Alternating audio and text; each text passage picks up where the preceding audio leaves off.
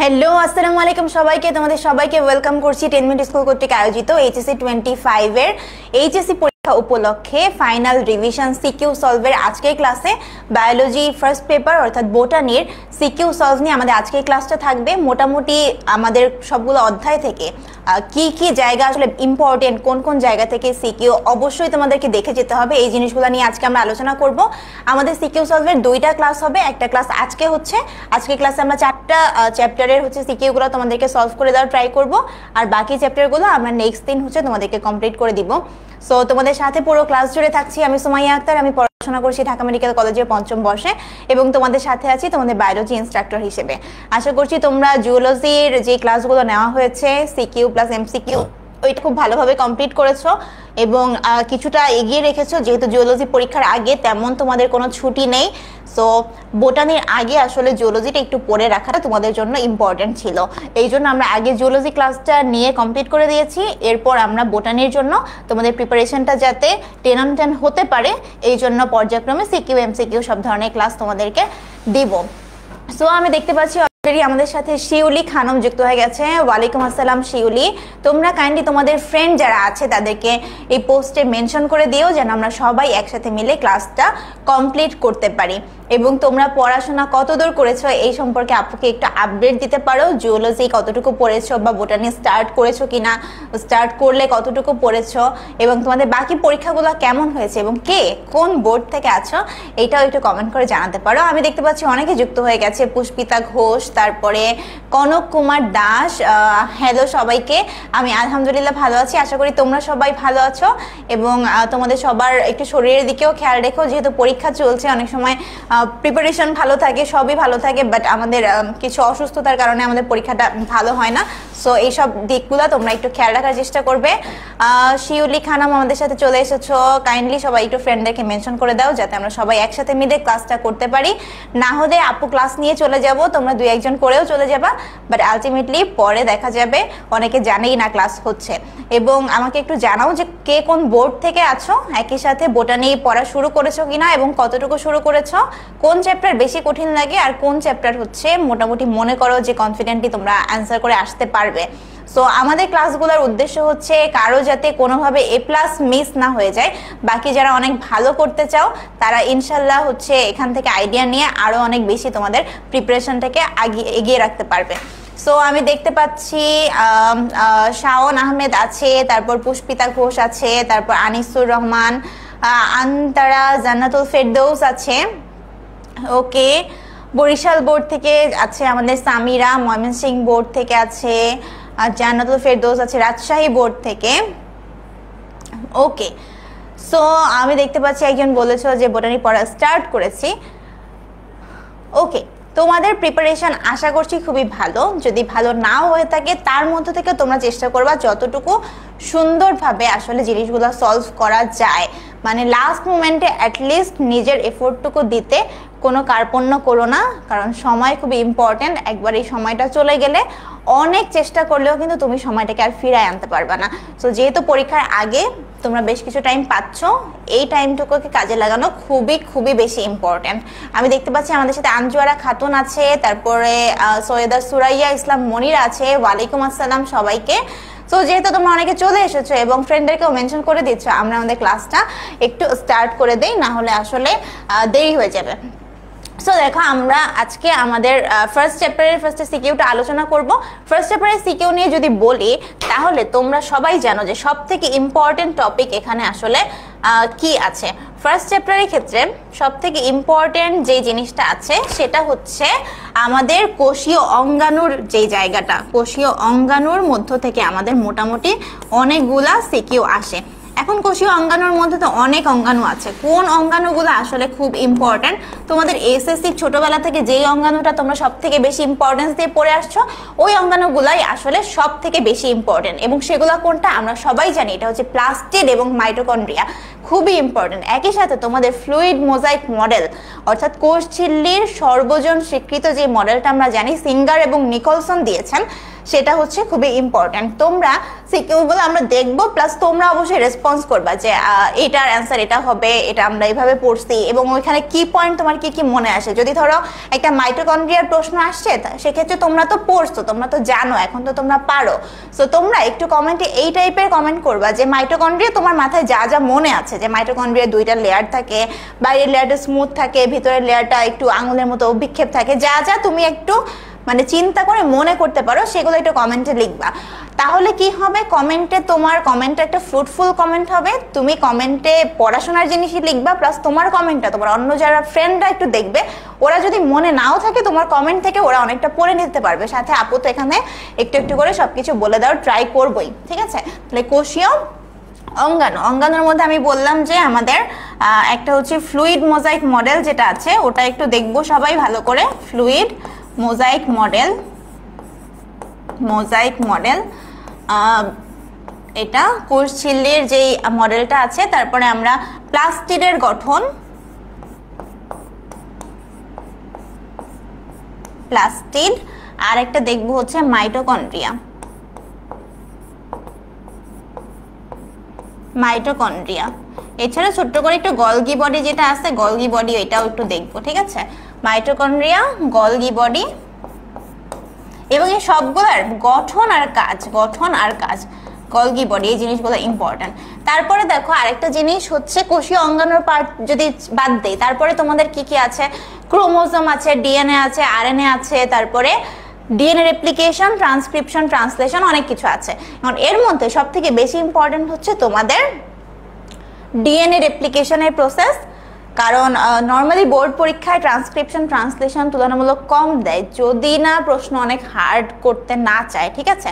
তারপরে দেখো আমাদের ডিএনএ এবং আরএনএ এর মধ্যে ডিএনএ এর গঠনটা আমাদের ভালোভাবে পড়তে হবে, ঠিক আছে,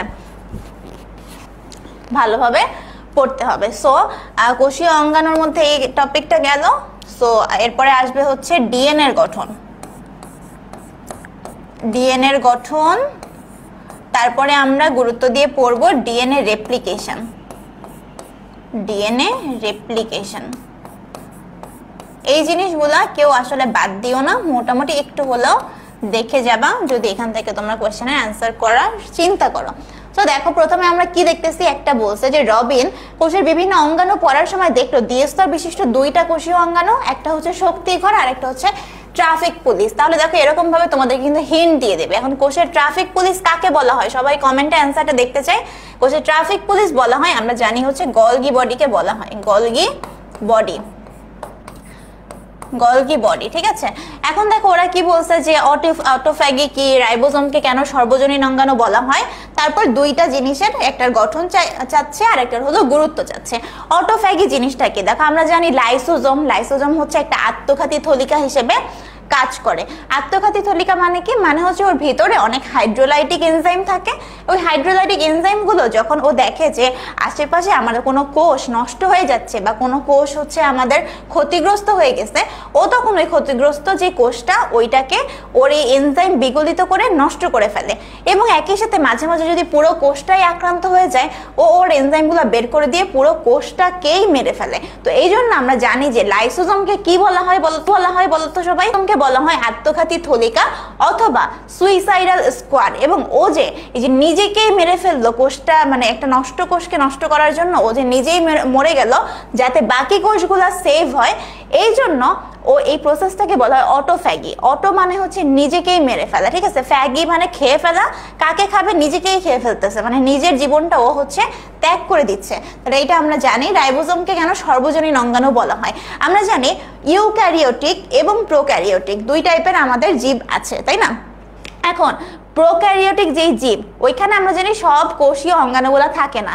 ইউক্যারিওটিক জীবে বা প্রকৃত কোষে সব ধরনের অঙ্গাণুগুলা থাকে। তাহলে রাইবোজোমের ব্যাপারটা কি, রাইবোজোম কিন্তু আমার প্রকৃত কোষ এবং আদি কোষ দুই টাইপের জায়গাতেই রাইবোজোম থাকে। আমরা জানি প্রকৃত কোষে 80S রাইবোজোম থাকে এবং আদি কোষে 70S রাইবোজোম থাকে। যেহেতু রাইবোজোমটা প্রকৃত কোষ এবং আদি কোষ দুই টাইপের জায়গাতেই উপস্থিত, এই জন্য রাইবোজোমকে আমরা বলি সর্বজনীন অঙ্গাণু, সর্বজনীন অঙ্গাণু। দ্বিতীয় অঙ্গাণুটির গঠন চিত্রসহ ব্যাখ্যা করো। এখন গলগি বডির কথা যদি তোমরা চিন্তা করো, একটু দেখাই। গলগি বডির যে গঠন, এটা খুবই সহজ একটা চিত্র, খুবই সহজ একটা চিত্র। দেখো ওরা বলছে, আমরা মনে রাখবো যে গলগি বডিতে মেইনলি গঠনে 3 টাইপের জিনিস থাকে। একটা হচ্ছে সিস্টার্নি, একটা হলো সিস্টার্নি, তোমরা একটু লিখে দাও তো কি কি থাকে। সিস্টার্নি থাকে, এটা একটা। তারপরে 2 থাকে ভেসিকল, ভেসিকল। আর 3 থাকে হচ্ছে ভ্যাকুওল, ভ্যাকুওল। সো দেখো আমরা যখন পড়বো, এখন যেহেতু অনেক ইনফরমেশন, একদম মানে কি পয়েন্টটা মাথায় রাখবোই। আমরা যদি কি পয়েন্টটা মাথায় রাখি তাহলে দেখবা আশেপাশে কিছু না কিছু জিনিস আসলে নিজে লিখতেই পারবো, যেহেতু সারা বছর আমরা পড়ে আসছি। ঠিক আছে,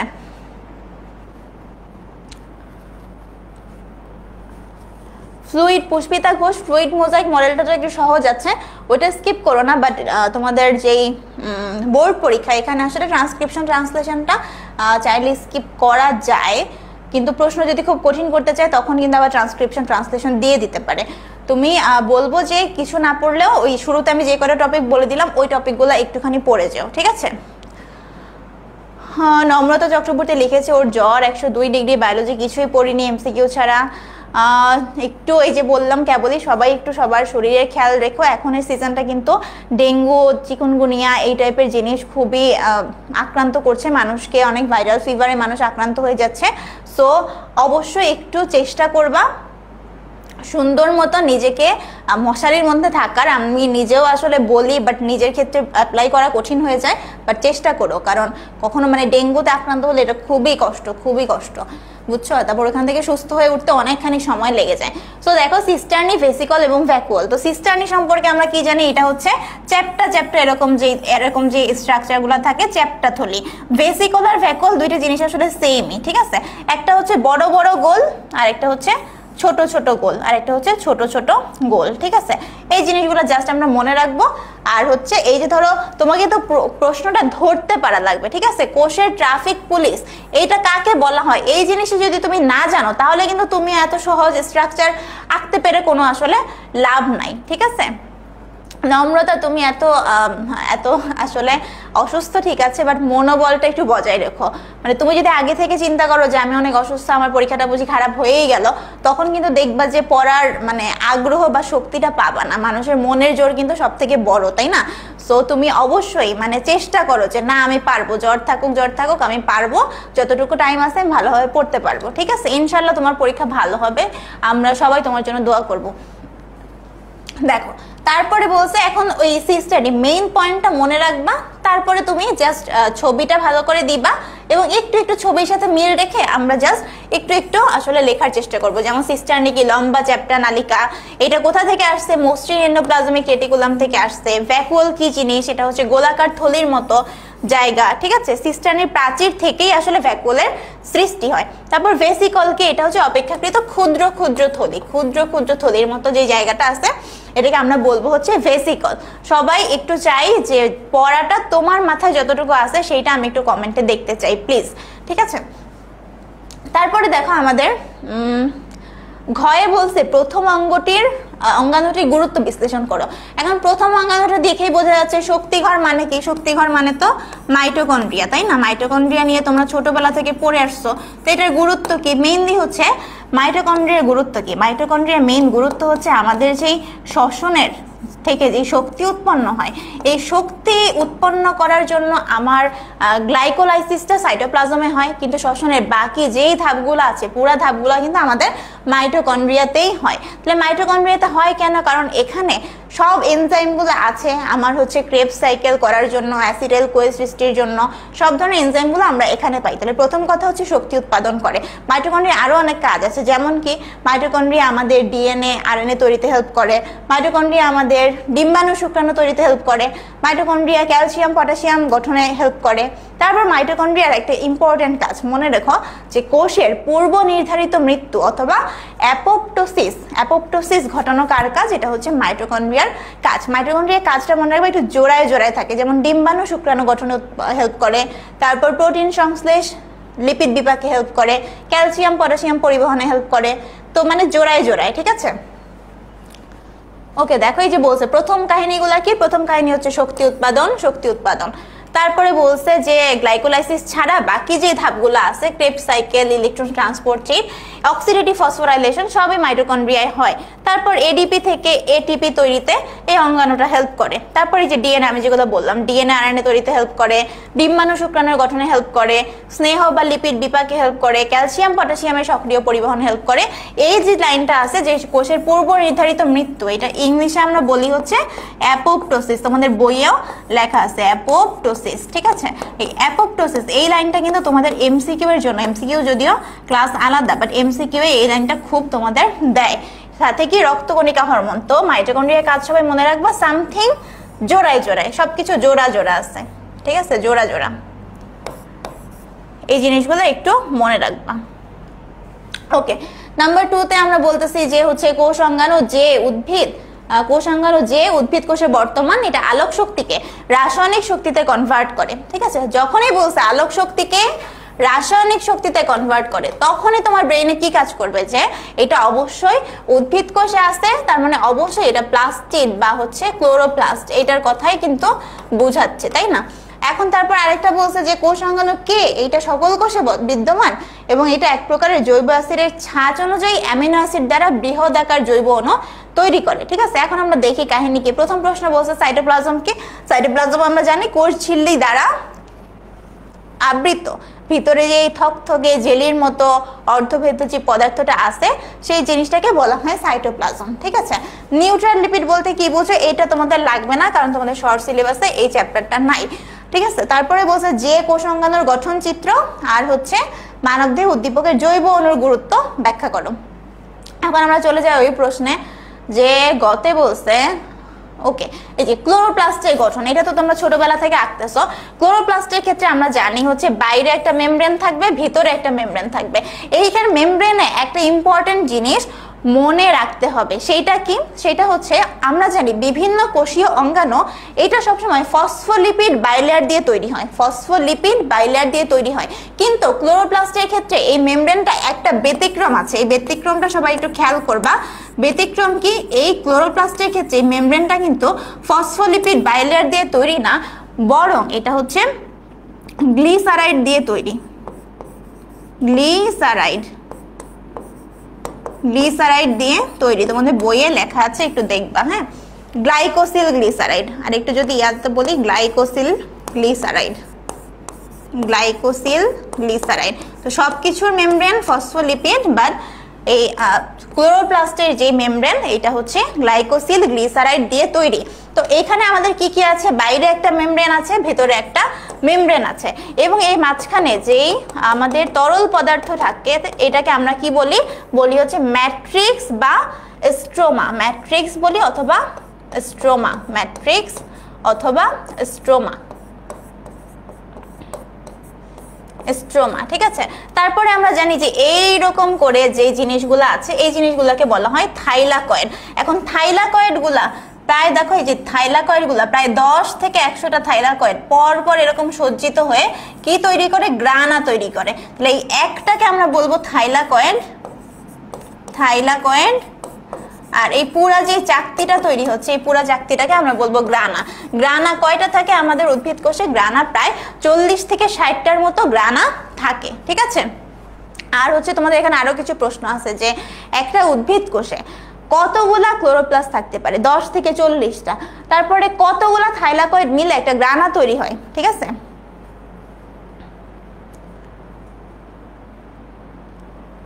গ্রানা তৈরি হয়, এটা হচ্ছে 10 থেকে 100টা থাইলাকয়েড পরপর বসে গ্রানা তৈরি হয়। তারপর বলবে গ্রানা কয়টা থাকে, 40 থেকে 60টা করে গ্রানা থাকে, ঠিক আছে। এই যে অলরেডি আমি দেখতে পাচ্ছি সাদিয়া অ্যান্সার করে দিয়েছে, ঠিক আছে।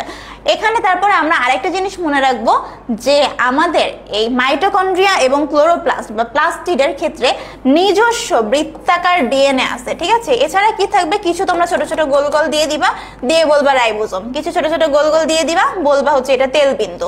আর দেখো এই যে থাইলাকয়েড গুলো বা গ্রানাম গুলো একটার সাথে আরেকটা যখন কানেক্টেড থাকে, এই কানেক্টেড হওয়া জিনিসটাকে আমরা কি বলবো, ল্যামেলি বা সূত্র। কি ল্যামেলি, যেহেতু এটা স্ট্রোমার ভেতর দিয়ে যাচ্ছে এই জন্য আমরা বলবো স্ট্রোমা ল্যামেলি অথবা হচ্ছে গ্রানাম ল্যামেলি। রাবেয়া কি বলেছো যে আপু সাজেশনে যেসব টপিকগুলো সিকিউ এর জন্য বলা আছে সেগুলো ভালো করে বই থেকে পড়লেই হবে না, অনেক প্রবলেম হচ্ছে।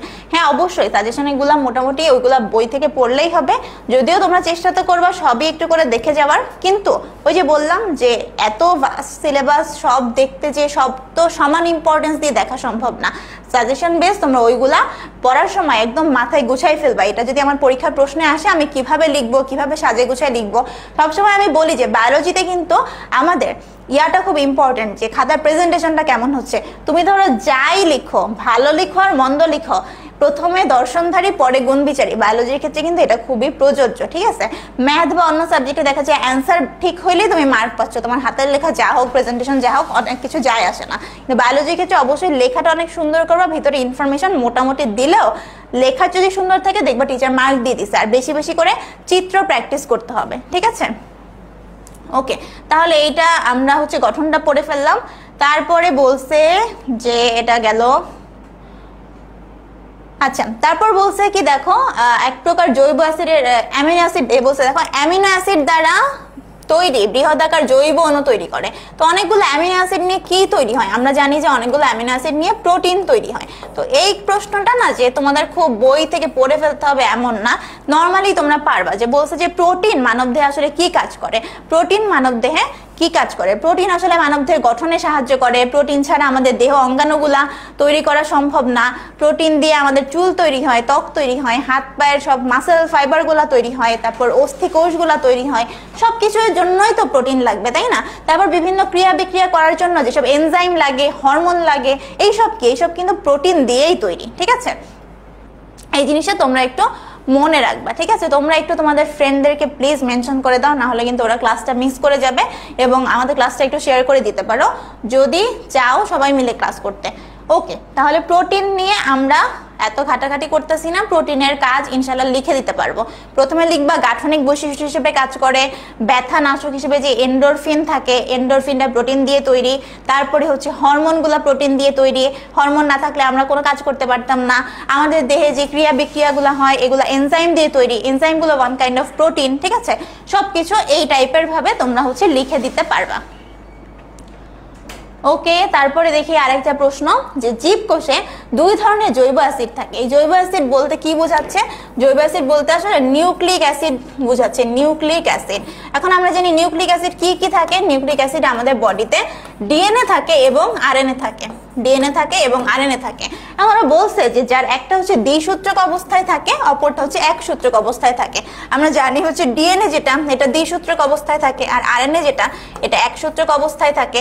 এবং আরএনএ থেকে পরবর্তীতে কি তৈরি হয়? প্রোটিন তৈরি হয়। তাহলে স্টেমটা তো বুঝতেই পারলাম, তাই না? এখন বলছে সেন্ট্রোস্ফিয়ার কি। আমরা জানি একটা সেন্ট্রোজোমের ক্ষেত্রে এরকম দুইটা বাঁশের মতো মানে ত্রয়ী অনুনালিকা দিয়ে তৈরি দুইটা জিনিস থাকে, এটাকে বলা হয় সেন্ট্রিওল। আর সেন্ট্রিওলের পাশে যে তরল পদার্থটা থাকে সেই তরল পদার্থটাকে বলা হয় সেন্ট্রোস্ফিয়ার। জেনেটিক কোড বলতে কি বুঝো? আমরা জানি আমাদের ডিএনএতে অনেকগুলো নাইট্রোজেন বেস থাকে, এ জি টি সি এগুলা, ঠিক আছে। এই নাইট্রোজেন বেসগুলা পরপর সাজানো থাকে এবং পরপর যখন তিনটা নাইট্রোজেন বেস, ধরো এ ইউ জি, এই যে তিনটা নাইট্রোজেন বেস যখন পরপর সাজানো থাকে ওরা একটা নির্দিষ্ট অ্যামিনো অ্যাসিডকে কোড করে। সেই নির্দিষ্ট অ্যামিনো অ্যাসিড এই ইউজির ক্ষেত্রে আমরা জানি মেথিওনিন, মেথিওনিন। তাহলে এই জিনিসটাকে বলা হয় কি? Genetic code. বলছে যে প্রথম জৈব অ্যাসিডের গঠন ব্যাখ্যা করো, আর দুই ধরনের জৈব অ্যাসিডের মধ্যে তুলনামূলক আলোচনা করো। অর্থাৎ সোজা ভাষায় বলতে গেলে একটা বলছে যে ডিএনএ এর গঠনটা ব্যাখ্যা করো, আরেকটা বলছে ডিএনএ এবং আরএনএ এর মধ্যে কি পার্থক্য আছে সেইটা ব্যাখ্যা করো। তো এই জিনিস তো মানে একদম পেইড কোয়েশ্চেন। ডিএনএ এর গঠন যদি না জেনে পরীক্ষার হলে যাও তাহলে তো কি বলবো, মানে এটা খুবই অসম্মানজনক হয়ে যায় আসলে। দেখো আমরা যাই ডিএনএ এর গঠন, ঠিক আছে। তো ডিএনএ গঠনের মধ্যে এই যে ডিএনএ গঠনের মধ্যে দেখো আমরা জানি একটা ডিএনএ এর মধ্যে দুইটা সূত্রক থাকে, এই যে একটা সূত্রক, এই যে একটা সূত্রক। এখন এই সূত্রক তো খালি আঁকলেই হবে না, একটা হচ্ছে মার্কিং করতে হবে। একটা সূত্রক যদি 5 প্রাইম থেকে 3 প্রাইম হয় তাহলে আরেকটা সূত্রক হবে হচ্ছে 3 প্রাইম থেকে 5 প্রাইম, অর্থাৎ দুইটা সূত্রক পরস্পর বিপরীতমুখী হয়ে অবস্থান করে। এবং এই সূত্রকের যেই আমরা দাগটা দিচ্ছি এটা কি নিয়ে তৈরি? এইটা হচ্ছে পলিনিউক্লিওটাইডের একটা সর্পিলাকার গঠন। অর্থাৎ এইখানে কি থাকে, এই দাগটার মধ্যে থাকে সুগার প্লাস ফসফেট। এখন কি রকম সুগার থাকে এটা আমরা জানি হচ্ছে পেন্টোজ সুগার। পেন্টোজ সুগারটার নাম কি, ডিএনএ থেকেই আমরা জানি ডিঅক্সি রাইবোজ সুগার। ঠিক আছে, এটা যেহেতু ইংলিশ শব্দ এই জন্য ইংলিশে লিখলাম, তোমাদের বইয়ে বাংলায়ও লেখা আছে, তোমরা যে কোনো একটা লিখলেই হবে। ডিঅক্সি রাইবোজ সুগার প্লাস কি থাকবে, ফসফেট থাকবে। আর কি থাকে, একটা নিউক্লিওটাইড হতে হলে আর কি থাকতে হয় আমরা জানি। এটা নিউক্লিওটাইড মানে কি, দেখো একটা নিউক্লিওটাইড মানে কি,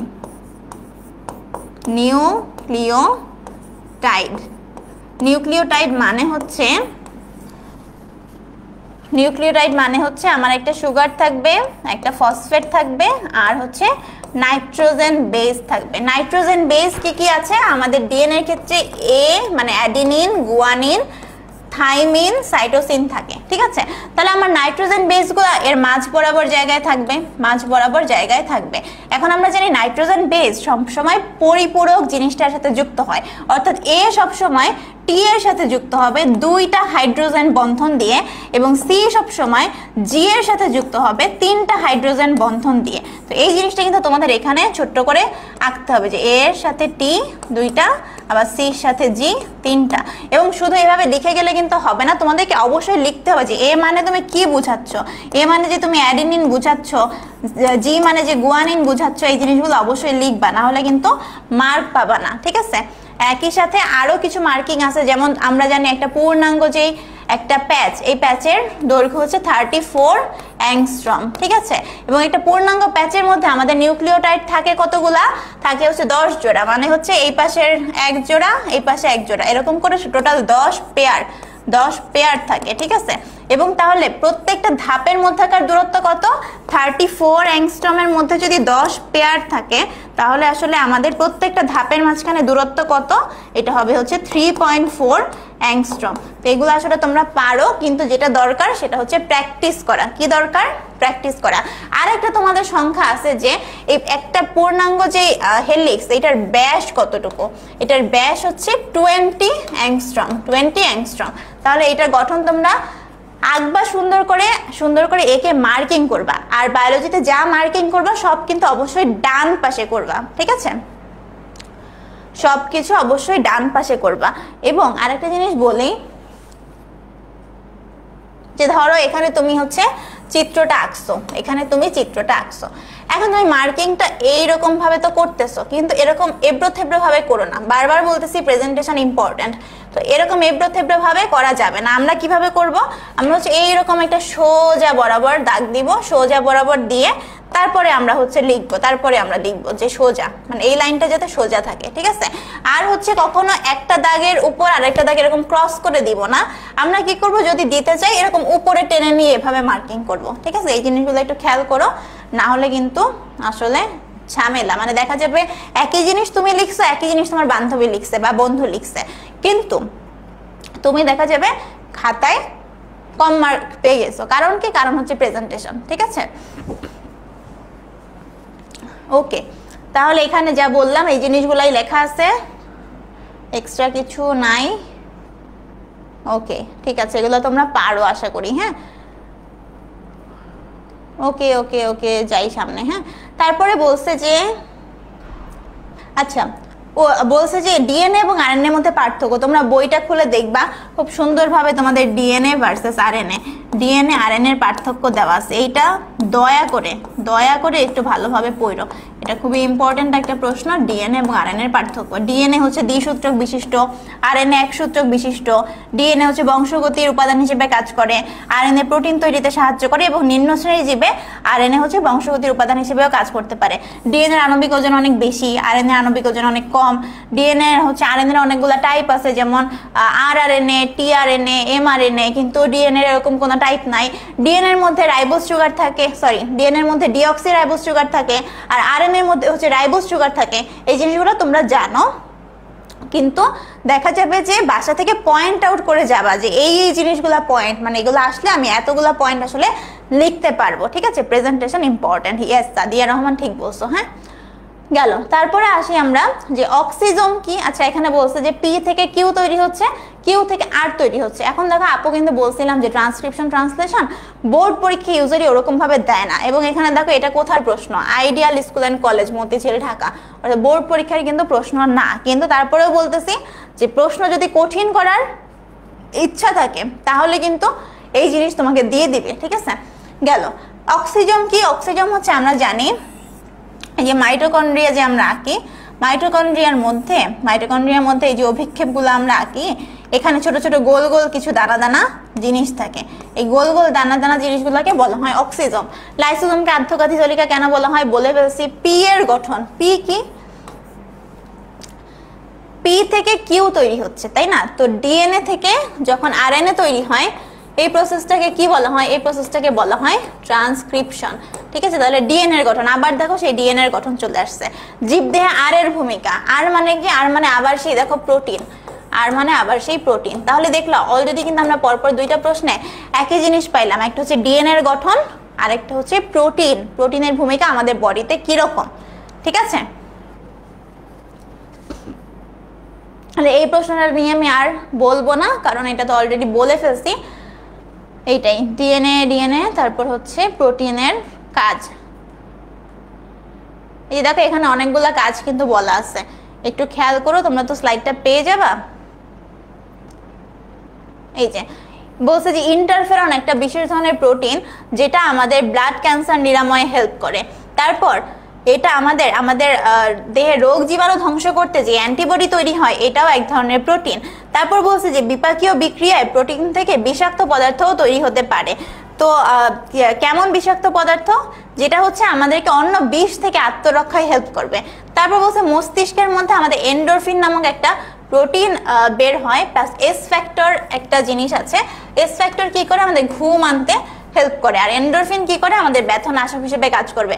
ওই দুইটা জিনিসই কি, দুইটা জিনিসই হচ্ছে প্রোটিন। তাহলে মোটামুটি অনেকগুলো পয়েন্ট করে একটু লেখার চেষ্টা করবা, ঠিক আছে। এবার দেখো আমরা সেকেন্ড অধ্যায়ে চলে আসলাম। তো সেকেন্ড অধ্যায় হচ্ছে কোষ বিভাজন। কোষ বিভাজনের ক্ষেত্রে সব থেকে ইম্পর্টেন্ট যেটা, সেটা হচ্ছে মায়োসিস বা মিওসিসের ক্ষেত্রে প্যাকাইটিন, মিওসিসের প্যাকাইটিন।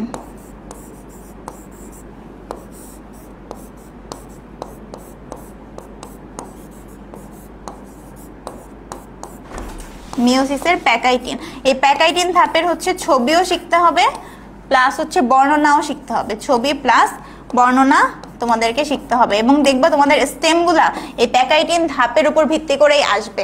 একই সাথে তোমাদের মাইটোসিসের ক্ষেত্রে মেটাফেজটা ইম্পর্টেন্ট, মেটাফেজ ইম্পর্টেন্ট। আবার অনেক জায়গায় লাস্টের তিনটা ধাপ অর্থাৎ মেটাফেজ, অ্যানাফেজ, টেলোফেজ এরকম ভাবে কিন্তু প্রশ্ন দিয়েছে। মেটাফেজ, অ্যানাফেজ আর হচ্ছে টেলোফেজ, ঠিক আছে। সো এই জিনিসগুলো একটু খেয়াল রাখবো, প্লাস একই সাথে মাইটোসিস এবং মিওসিস এই দুইটা জিনিসের গুরুত্ব পয়েন্টগুলো মনে রাখবা, কারণ গতে ইউজারই তোমাদেরকে কোনো একটা জিনিসের ছবি আঁকতে বলবে আর ঘতে যে গুরুত্ব লিখতে বলবে। হয়তো তোমাকে মাইটোসিসের গুরুত্ব দিতে বলতে পারে, আবার হচ্ছে মিওসিসের গুরুত্ব লিখতে বলতে পারে। একই সাথে ক্রসিং ওভারের গুরুত্ব কিন্তু আমাদের প্রশ্নে প্রায়ই দিয়ে থাকে। সো দেখো এখানে প্রথম প্রশ্ন হচ্ছে নিউক্লিওসাইড কি। নিউক্লিওসাইড এটা আসলে চ্যাপ্টার 1 থেকে দিয়েছে। আমরা জানি হচ্ছে পেন্টোজ সুগার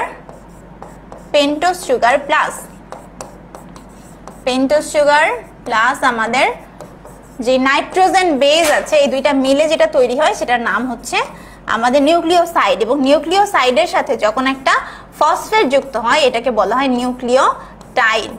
তো সাইড আর টাইড এটা দেখে একটু অ্যান্সারটা লিখো। ক্রোমাটিড বলতে কি বোঝায়? ক্রোমাটিড কি, আমাদের কোষ বিভাজনের প্রোফেজ যে পর্যায়টা আছে, প্রোফেজ পর্যায়ের ক্ষেত্রে ক্রোমোজোমগুলো, ধরো এই একটা ক্রোমোজোম, এইটা ধরো একটা ক্রোমোজোম, ঠিক আছে। এই ক্রোমোজোমটা সেন্ট্রোমিয়ার বাদে ভাগ হবে, মানে ক্রোমোজোমটা ভাগ হবে বাট সেন্ট্রোমিয়ারটা ভাগ হবে না। সেটা কেমন? এই যে আমার সেন্ট্রোমিয়ারের মতোই আছে, কিন্তু এই উপরের জায়গাটা এরকম ভাগ হয়ে গেছে। তাহলে এই যে ভাগ হয়ে গেল এই ব্যাপারটাকে এখানে, তাহলে দুইটা ক্রোমাটিড, এই একটা ক্রোমাটিড তৈরি হচ্ছে, ঠিক আছে। এই পুরাটা একটা ক্রোমাটিড, আবার এই পুরাটা একটা ক্রোমাটিড, ঠিক আছে। কোথায় তৈরি হচ্ছে? প্রোফেজ ধাপে, ঠিক আছে। রাবেয়া ফেরদৌসি কোনটার কথা বলছো? পয়েন্ট করে লিখতে ভালো হবে।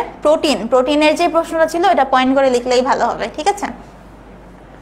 ওকে, তারপর বলছে উদ্দীপকের সি স্টেজটা চিহ্নিত চিত্র সহ বর্ণনা করো।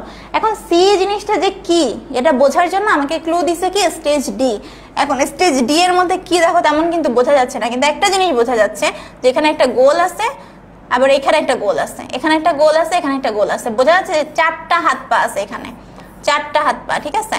তো টেট্রাড এই জিনিসটা আমরা কোথায় পাই? টেট্রাড এই জিনিসটা আমরা পাই হচ্ছে প্যাকাইটিনে। তাহলে প্যাকাইটিনের আগের ধাপ কি সেটা তোমার কাছে যাচ্ছে। প্যাকাইটিনের আগের ধাপ আমরা জানি হচ্ছে জাইগোটিন, তাই না? তাহলে এইটা কি হবে? অবশ্যই জাইগোটিন হবে। জাইগোটিনে দুইটা পয়েন্ট আমরা মনে রাখবো যে জাইগোটিনে দুইটা জিনিস হয়। দুইটা জিনিস কি?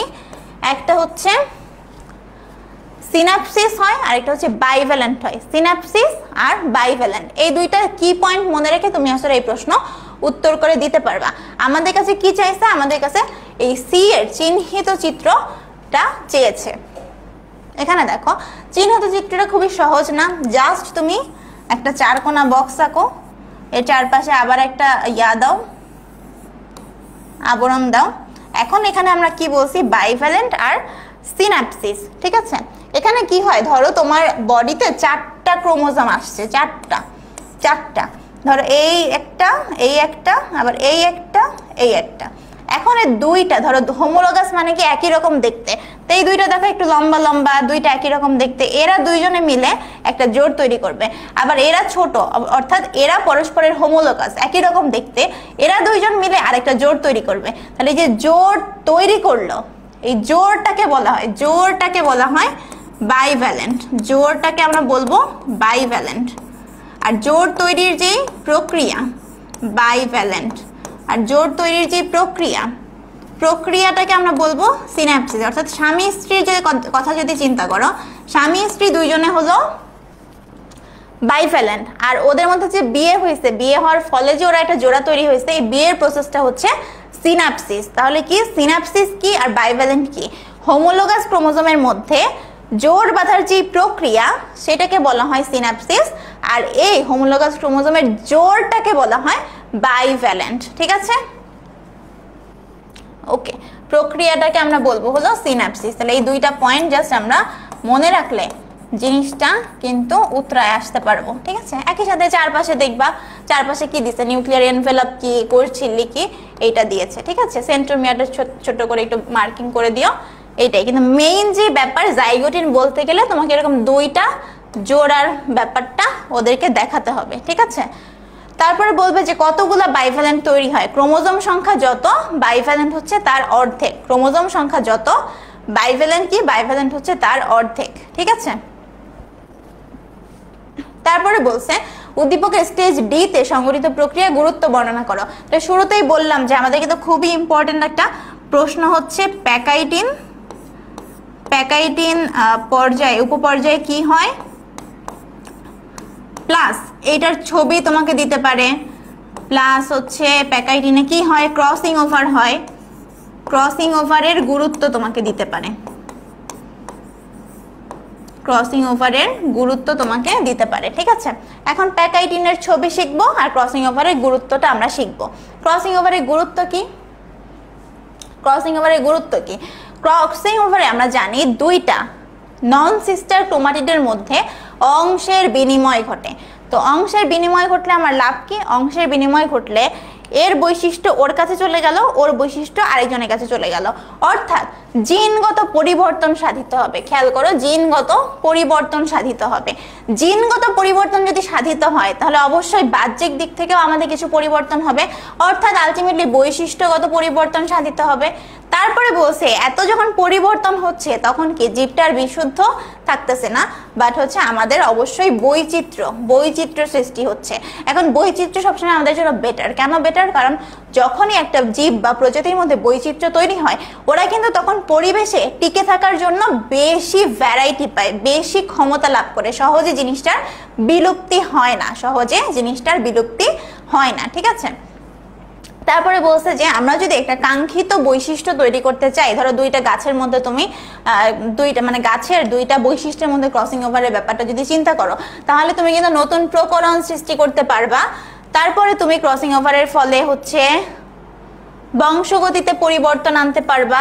তারপরে বলছে যে ক্রোমোজোম ম্যাপিং এইটার জন্য ক্রসিং ওভার দরকার হয়, এটা মোটামুটি। তাহলে কি সব হচ্ছে পরিবর্তন, দেখো নতুন বৈশিষ্ট্য, জিনগত পরিবর্তন, বৈশিষ্ট্যগত পরিবর্তন, তারপরে হচ্ছে বৈচিত্র্য সৃষ্টি, তারপরে অভিযোজন ক্ষমতা যাতে বাড়ে, ওদের মধ্যে ভ্যারাইটি তৈরি হয়, প্লাস হচ্ছে ক্রোমোজোমের ম্যাপিং। মোটামুটি এই পয়েন্টগুলো লিখে আসতে পারলে হয়ে যাবে। তারপরে বলছে 1 নম্বরে দেখো আবার একটা চিত্র এ বি সি ডি। এখন দেখো বি কে যাতে চিনতে পারো এই জন্য এ তোমাকে ইন্ডিকেট করে দিছে, আবার ডি কে যেন চিনতে পারো এই জন্য সি তোমাকে বলে দিছে, ঠিক আছে। এখন দেখো কাহিনীটা কি, কাহিনীটা হচ্ছে এই যে এখানে কি দেখবো যে ক্রোমোজোমটাই মাঝ বরাবর আছে, মাঝ বরাবর আছে। তা আমরা জানি ক্রোমোজোম বিষুবীয় অঞ্চলে, ক্রোমোজোমগুলো বিষুবীয় অঞ্চলে বিন্যস্ত হয় কখন? বিষুবীয় অঞ্চলে বিন্যস্ত হয় আমাদের মেটাফেজে। এবং মেটাফেজে এই যে বিষুবীয় অঞ্চলে বিন্যস্ত হয় এই ব্যাপারটাকে আমরা কি বলি? এই ব্যাপারটাকে আমরা বলি হচ্ছে মেটাকাইনেসিস। তাহলে এই মাঝখানে যে বিন্যস্ত হচ্ছে এটা দেখে আমি মেটাকাইনেসিস বা মেটাফেজ ধাপটা চিনতে পারবো। তাহলে মেটাফেজের পরের ধাপ কি? অবশ্যই অ্যানাফেজ। তাহলে বি আমাদের কি? বি হচ্ছে আমাদের অ্যানাফেজ। বি হলো আমাদের অ্যানাফেজ। এখন এইটুক পর্যন্ত কাহিনী শেষ। এবার পরের কাহিনী কি? এখানে দেখো কেবলই আমি যেটা বললাম যে জাইগোটিন দুইটা ভিন্ন ভিন্ন জোড়া থাকবে। তাহলে এই সি ধাপটা কি? সি ধাপটা হচ্ছে জাইগোটিন। জাইগোটিনের পরের ধাপ কি আসে? আমরা জানি যে জাইগোটিনের পরে আসে প্যাকাইটিন। তাহলে দেখো আবার কিন্তু ঘুরে ফিরে সেই প্যাকাইটিন আমাদের চলে আসতেছে, ঠিক আছে। প্যাকাইটিন, তাহলে প্যাকাইটিন থেকে ক্রসিং ওভার থেকে কিন্তু অনেক প্রশ্ন আসে, ঠিক আছে। ইয়েস, সাদিয়া রহমান সুন্দর করে অ্যান্সারগুলো লিখে দিচ্ছ, ভেরি গুড। কোষচক্র কি জিনিস? কোষচক্র কি?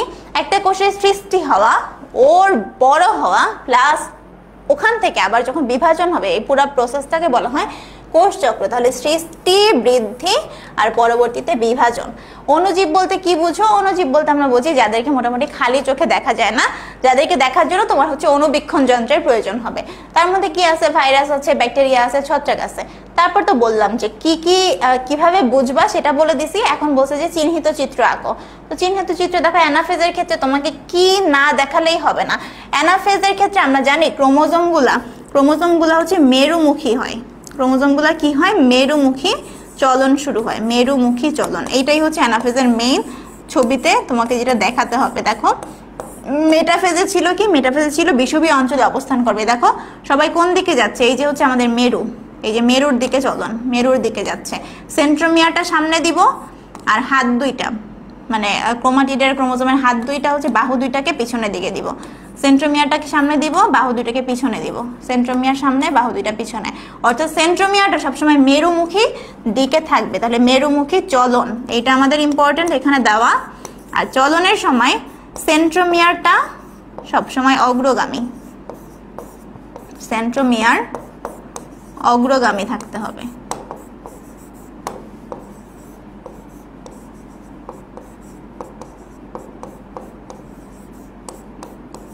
ঠিক আছে, অগ্রগামী। এই জিনিসটা মেনটেন করলেই তুমি অবশ্যই অ্যানাফেজ ছবিটা মোটামুটি আঁকতে পারবা, ঠিক আছে।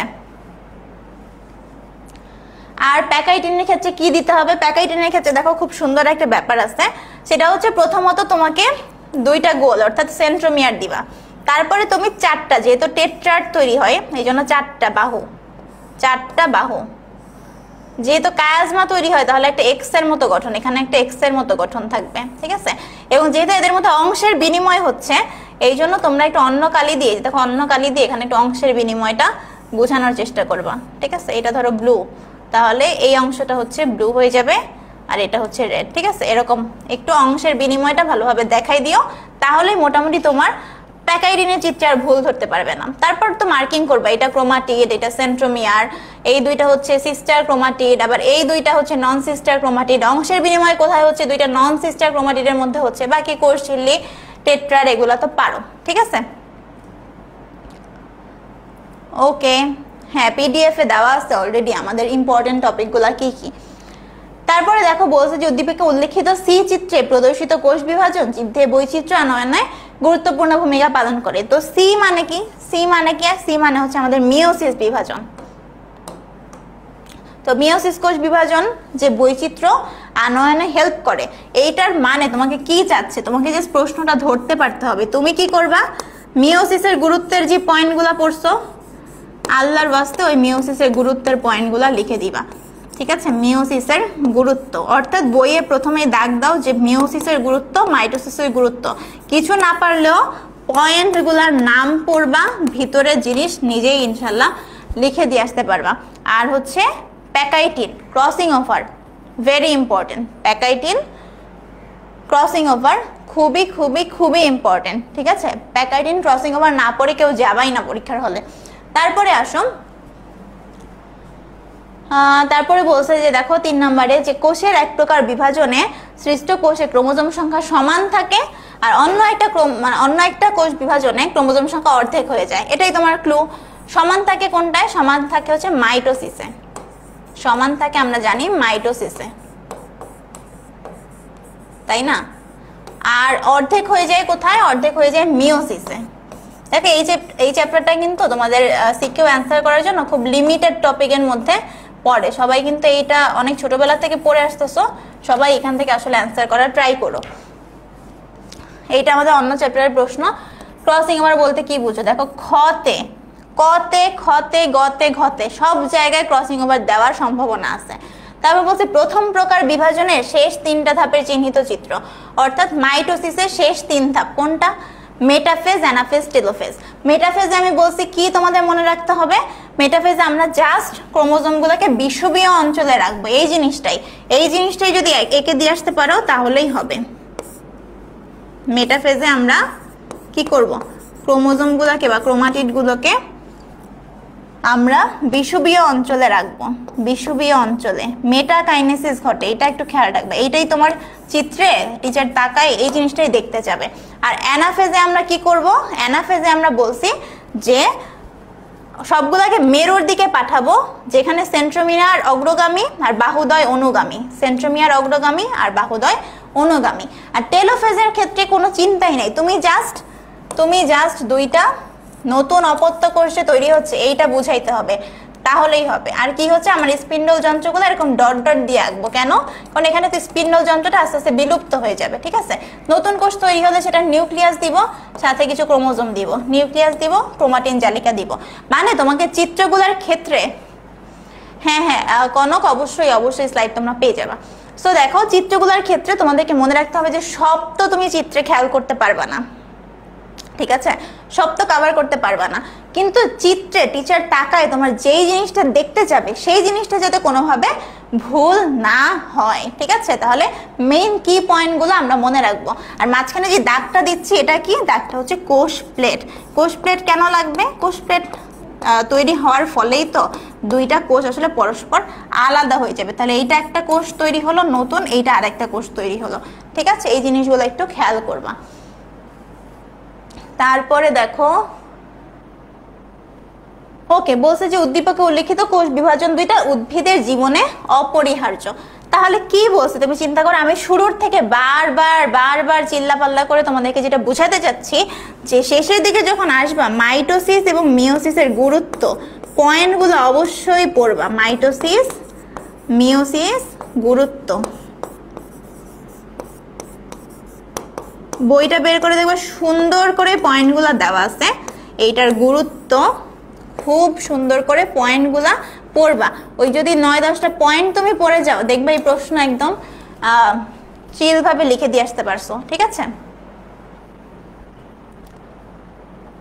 চিত্র, আচ্ছা বলছে যে চিত্র একটু খারাপ দেখতে হলে কি সমস্যা হবে? দেখো আমি একটা কথা বলি, চিত্র খুব সুন্দর হওয়ার থেকে চিত্রটা সঠিক হওয়া ইম্পর্টেন্ট।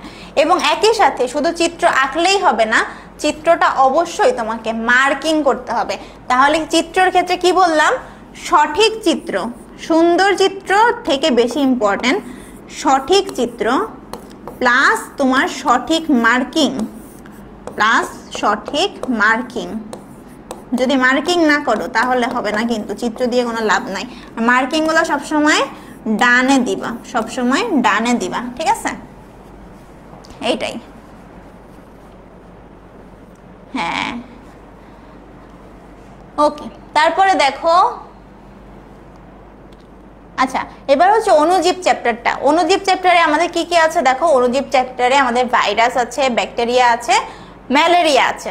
এখন দেখো ভাইরাসের গঠন তোমাদের দিবে না ওইভাবে, কিন্তু ভাইরাসের ক্ষেত্রে যেই টি টু ব্যাকটেরিও ফাজ, এই টি টু ব্যাকটেরিও ফাজের বংশবৃদ্ধিটার নাম কি? বংশবৃদ্ধির প্রসেসটা বা সংখ্যার বৃদ্ধির নাম কি? নাম হচ্ছে লাইটিক চক্র। নাম কি? নাম হচ্ছে লাইটিক চক্র। লাইটিক চক্র। এইটার তোমরা অবশ্যই চিত্র সহ প্র্যাকটিস করবা, চিত্র সহ প্র্যাকটিস করবা, চিত্র সহ। প্লাস তোমরা ব্যাকটেরিয়ার ক্ষেত্রে ব্যাকটেরিয়ার যে গঠন আছে, ব্যাকটেরিয়ার গঠন মানে ছবিটা, ব্যাকটেরিয়ার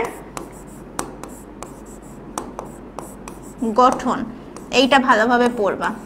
আর ম্যালেরিয়া পড়তে গেলে অবশ্যই ছবির দিকে তাকায় তাকায় পড়তে হবে, না হলে কিন্তু ম্যালেরিয়া পারা যাবে না। ম্যালেরিয়ার ক্ষেত্রে আমরা ছবির দিকে তাকায় তাকায় পড়ব, ঠিক আছে? আমাদের যেই হেপাটিক দশা আছে, আরবিসিতে দশা আছে, এইগুলা ছবি দেখে দেখে পড়বো, তাহলে ছবিটা অবশ্যই আমরা দেখে দেখে যদি ছবি দেখে দেখে যদি পড়ো তাহলে বুঝতেও পারবা, আঁকতেও পারবা, ঠিক আছে? হ্যাঁ, ব্যাকটেরিয়ার গঠন কিন্তু খুব ইম্পর্টেন্ট, ঠিক আছে? তাহলে দেখো আমরা মোটামুটি বুঝলাম। এখন দেখি আমাদের প্রশ্ন কি। প্রশ্ন হচ্ছে বলছে অণুজীব এ এটা অকোষীয় ব্যাঙাচি আকৃতির, বি অণুজীবের সংখ্যা বৃদ্ধি করে, অণুজীব বি আদিকোষী, আর এ অণুজীবের প্রতি সংবেদনশীল, বি হচ্ছে আদিকোষী এবং এর প্রতি সংবেদনশীল। ধরো পরের লাইন তুমি বুঝোই না, প্রথমটা তো বুঝো, এ হচ্ছে অকোষীয়, তাহলে অকোষীয় কি? অবশ্যই ভাইরাস, অবশ্যই ভাইরাস। তারপরে বি অণুজীবে সংখ্যা বৃদ্ধি করে, তো ভাইরাস এটা কোথায় সংখ্যা বৃদ্ধি করতেছে? দেখো আমাদের কিন্তু ব্যাকটেরিয়ার মধ্যে সংখ্যা বৃদ্ধি করতেছে, তাই না? তাহলে এখানে দিয়ে আমি বুঝে ফেলতেছি এ হলো ভাইরাস, বি হলো ব্যাকটেরিয়া, ঠিক আছে? বি হলো ব্যাকটেরিয়া। ওকে, দেখো ম্যালেরিয়া কি আমরা জানি, প্লাজমোডিয়াম যেই জায়গাটা, প্লাজমোডিয়াম দিয়ে মানুষের দেহে যে রোগটা হয় এবং কাঁপুনি দিয়ে জ্বর আসে, সেই রোগটাকে আমরা বলি ম্যালেরিয়া। সাইজন্ট কি? সাইজন্ট হচ্ছে বহু নিউক্লিয়াস বিশিষ্ট দশা, বহু নিউক্লিয়াস বিশিষ্ট দশা, বহু নিউক্লিয়াস বিশিষ্ট দশা। এখন ওরা বলছে যে ম্যালেরিয়া পরজীবী তো মাকু আকৃতির থাকে, এরকম মাকু আকৃতির থাকে। এই মাকু আকৃতির ম্যালেরিয়া পরজীবীটা যকৃতের যে কোষ আছে সেই যকৃতের কোষে ঢোকে, ঢোকার পরে এই দশাটার নাম কি? তোমাদের কিন্তু প্রশ্ন দেয় যে ম্যালেরিয়া পরজীবীর যেই দশাটা মানুষের দেহে ঢুকে বা আক্রমণ করে সেই দশাটার নাম কি? তোমরা সবাই জানো, একটু লিখে দাও, স্পোরোজয়েড। স্পোরোজয়েড। তাহলে এই মাকু আকৃতির দশার নাম কি? মাকু আকৃতির দশাটার নাম হচ্ছে স্পোরোজয়েড, ঠিক আছে? এটা আমরা কি পড়তেছি? হেপাটিক সাইজোগনির যে পর্যায়টা আছে সেটা, ঠিক আছে? এখন দেখো ওরা বলতেছে যে ঢোকার পরে যকৃতের মধ্যে যে খাবার দাবার আছে সেই খাবার দাবার ও খেয়ে দিয়ে মোটা তাজা হয়ে ও গোলাকার হয়ে যায়। গোলাকার যে দশাটা, এই গোলাকার দশাটাকে কি বলা হয়? দশাটাকে বলা হয় ক্রিপ্টোজয়েড। তার মানে এখান থেকে ও পরবর্তীতে কি হয়ে যাবে? এরকম গোলাকার হয়ে যাবে এবং বড় হয়ে যাবে। এই দশাটার নাম হচ্ছে ক্রিপ্টোজয়েড। এখন এই ক্রিপ্টোজয়েড দেখো, ক্রিপ্টোজয়েড পরবর্তীতে কি হয়? ক্রিপ্টোজয়েডের মধ্যে তো একটা নিউক্লিয়াস আছে। এখন ও ভাবে যে আমি তো একটা নিউক্লিয়াস দিয়ে এরকম থাকবো না, আমি চাই ফ্যামিলি, তাই না? আমি চাই ফ্যামিলি। এখন ও কি করবে? এখান থেকে এই নিউক্লিয়াসটা বারবার বিভাজন হবে, বারবার বিভাজন হয়ে একটাই প্লাজমা মেমব্রেন, এর ভিতরে অনেকগুলা নিউক্লিয়াস তৈরি হবে, অনেকগুলা নিউক্লিয়াস তৈরি হবে। এই অনেকগুলা নিউক্লিয়াস বিশিষ্ট যে দশাটা তৈরি হচ্ছে এই দশাটাকেই বলা হয় সাইজন, ঠিক আছে? তাহলে প্রথমে কি আসলো? আমাদের হেপাটিক সাইজোগনির মধ্যে আমরা দুইটা ভাগে ভাগ করি, একটা হচ্ছে প্রি এরিথ্রোসাইটিক সাইজোগনি আর একটা হচ্ছে exo erythrocytic schizogony. Pre erythrocytic সাইজোগনিতে কি হয়? আমাদের মাকু আকৃতির স্পোরোজয়েড যে দশাটা আছে এটা যকৃৎ কোষের ভেতরে প্রবেশ করে এবং এই যকৃৎ কোষের ভেতরে প্রবেশ করার পরে যকৃতের মধ্যে অনেক ক্রিয়া বিক্রিয়ার ফলে যেই খাদ্য উপাদান, পুষ্টি উপাদান তৈরি হয় সেই পুষ্টি উপাদান ওরা গ্রহণ করে খেয়ে দিয়ে মোটা তাজা হয়, মোটা তাজা হয়ে ওর শেপটা চেঞ্জ করে ফেলে, শেপ চেঞ্জ করে ও একদম গোলাকার হয়ে যায়। গোলাকার এই দশাটাকে বলা হয় ক্রিপ্টোজয়েড। খেয়াল করো, ক্রিপ্টোজয়েড। এবারে ক্রিপ্টোজয়েড কি করবে? ক্রিপ্টোজয়েড পরবর্তীতে বহু নিউক্লিয়াস বিশিষ্ট একটা দশা তৈরি করে, এই দশাটাকে বলা হয় সাইজন। ঠিক আছে, এইটাই। তারপরে বলছে দেখো উদ্দীপকে এ অণুজীবের সংখ্যা বৃদ্ধি প্রক্রিয়াটা চিত্রসহ বর্ণনা করো, অর্থাৎ ভাইরাসের সংখ্যা বৃদ্ধি প্রক্রিয়া। ভাইরাসের সংখ্যা বৃদ্ধি প্রক্রিয়াকে কি বলা হয়? এটাকে বলা হয় লাইটিক চক্র। লাইটিক চক্র। লাইটিক চক্রের ছবির ক্ষেত্রে তোমরা কি করবা দেখো, আমরা জানি ভাইরাস বলতে এখানে আমরা টি2 ব্যাকটেরিওফাজকে বোঝাচ্ছি। টি2 ব্যাকটেরিওফাজ যেহেতু ভাইরাস, তো ও কিন্তু কোনো জীবদেহের বাইরে নিজের সংখ্যাটাকে বৃদ্ধি করতে পারবে না। ঠিক আছে, নিজের সংখ্যাটাকে বৃদ্ধি করতে পারবে না। এখন ওর তাহলে কোথায় সংখ্যা বৃদ্ধি করতে হবে? ও এই সংখ্যা বৃদ্ধির জন্য ইকোলাই ব্যাকটেরিয়ার ভিতরে প্রবেশ করবে। ইকোলাই ব্যাকটেরিয়ার ভিতরে প্রবেশ করবে। এখন এই ছবিতে আমাদের যে এইরকম সুন্দর করে একটা বক্স দেখানো, এই বক্সটা আসলে আমাদের সেই ইকোলাই ব্যাকটেরিয়া। ইকোলাই ব্যাকটেরিয়া এই বক্সের ভিতরে আবার যে এরকম একটা আঁকানো, এইটা হচ্ছে আমাদের ইকোলাই ব্যাকটেরিয়ার যে ডিএনএ, ব্যাকটেরিয়ার ডিএনএ। হ্যাঁ, ইকোলাই ব্যাকটেরিয়ার ডিএনএ। তো ভালো কথা। এখন এর উপরে ভাইরাস আসবে টি2 ব্যাকটেরিওফাজ। তো টি2 ব্যাকটেরিওফাজ এইভাবে আমরা আঁকি, ধরো এই পাটা দিয়ে ও এখানে আসলো এবং এর ভিতরে ওর নিজের আবার ডিএনএ আছে। তাহলে প্রথমে এটা হচ্ছে আক্রমণের সূচনা। টি2 ব্যাকটেরিওফাজ টি2 ব্যাকটেরিওফাজ অর্থাৎ ভাইরাসটা ইকোলাই ব্যাকটেরিয়ার যেই কোষ প্রাচীর আছে তার গায়ের উপর বসবে। তখন ওর স্পাইকের এখানে যে প্রোটিন আছে প্লাস ব্যাকটেরিয়ার গায়ে যে প্রোটিন আছে, এই প্রোটিনের মধ্যে একটা ক্রিয়া বিক্রিয়া হবে। ক্রিয়া বিক্রিয়া হলে এরা কিন্তু এখানে একদম টাইটলি লেগে যাবে। এটা হচ্ছে আমাদের আক্রমণের সূচনা। তাহলে এখানে আমরা দেখতে পাচ্ছি, দেখো এখানে আমরা দেখতে পাচ্ছি এই যে এটা হচ্ছে আমাদের ব্যাকটেরিয়াটা। ঠিক আছে, ব্যাকটেরিয়াটা, আর এইটা হচ্ছে আমাদের ভাইরাস। ওরা জাস্ট এর উপরে এসে বসলো, এটা হচ্ছে আক্রমণের সূচনা। এই গোল জিনিসটা হচ্ছে ব্যাকটেরিয়ার ডিএনএ। ভালো কথা। নেক্সট ধাপে আমার কি হবে? টি2 ব্যাকটেরিওফাজের এই যে ভিতরে যে ডিএনএটা ছিল, ব্যাকটেরিয়াল মানে ভাইরাসের যে ডিএনএটা ছিল, এই ভাইরাসের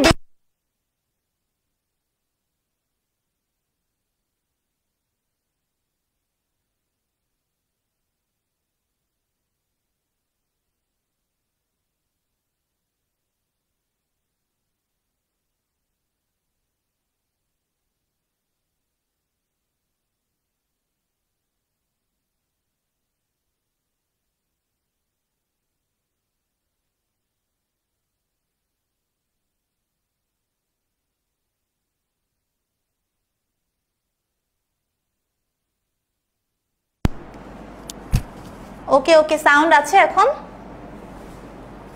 শুনতে পাচ্ছ?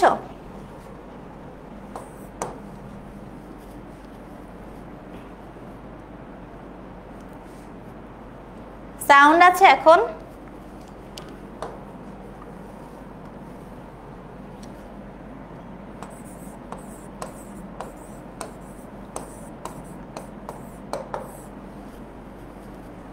ওকে, ঠিক আছে, এখন মনে হয় শোনা যাচ্ছে। ঠিক আছে, আমি আরেকবার বলে দিচ্ছি, অসুবিধা নাই।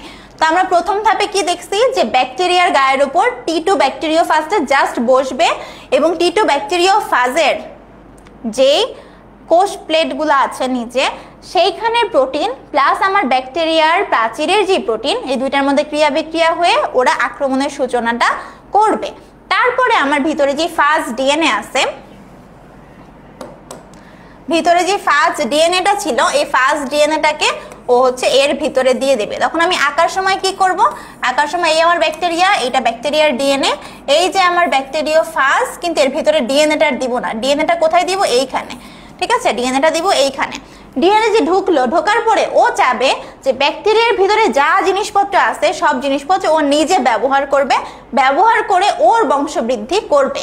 এখন এইটা ব্যবহার করার জন্য ওর আগে কি করতে হবে? ব্যাকটেরিয়ার ডিএনএটাকে মেরে ফেলতে হবে। তো ব্যাকটেরিয়ার ডিএনএ যে মেরে ফেলবে, মেরে ফেলাটা আমরা ছবিতে কিভাবে বুঝাবো?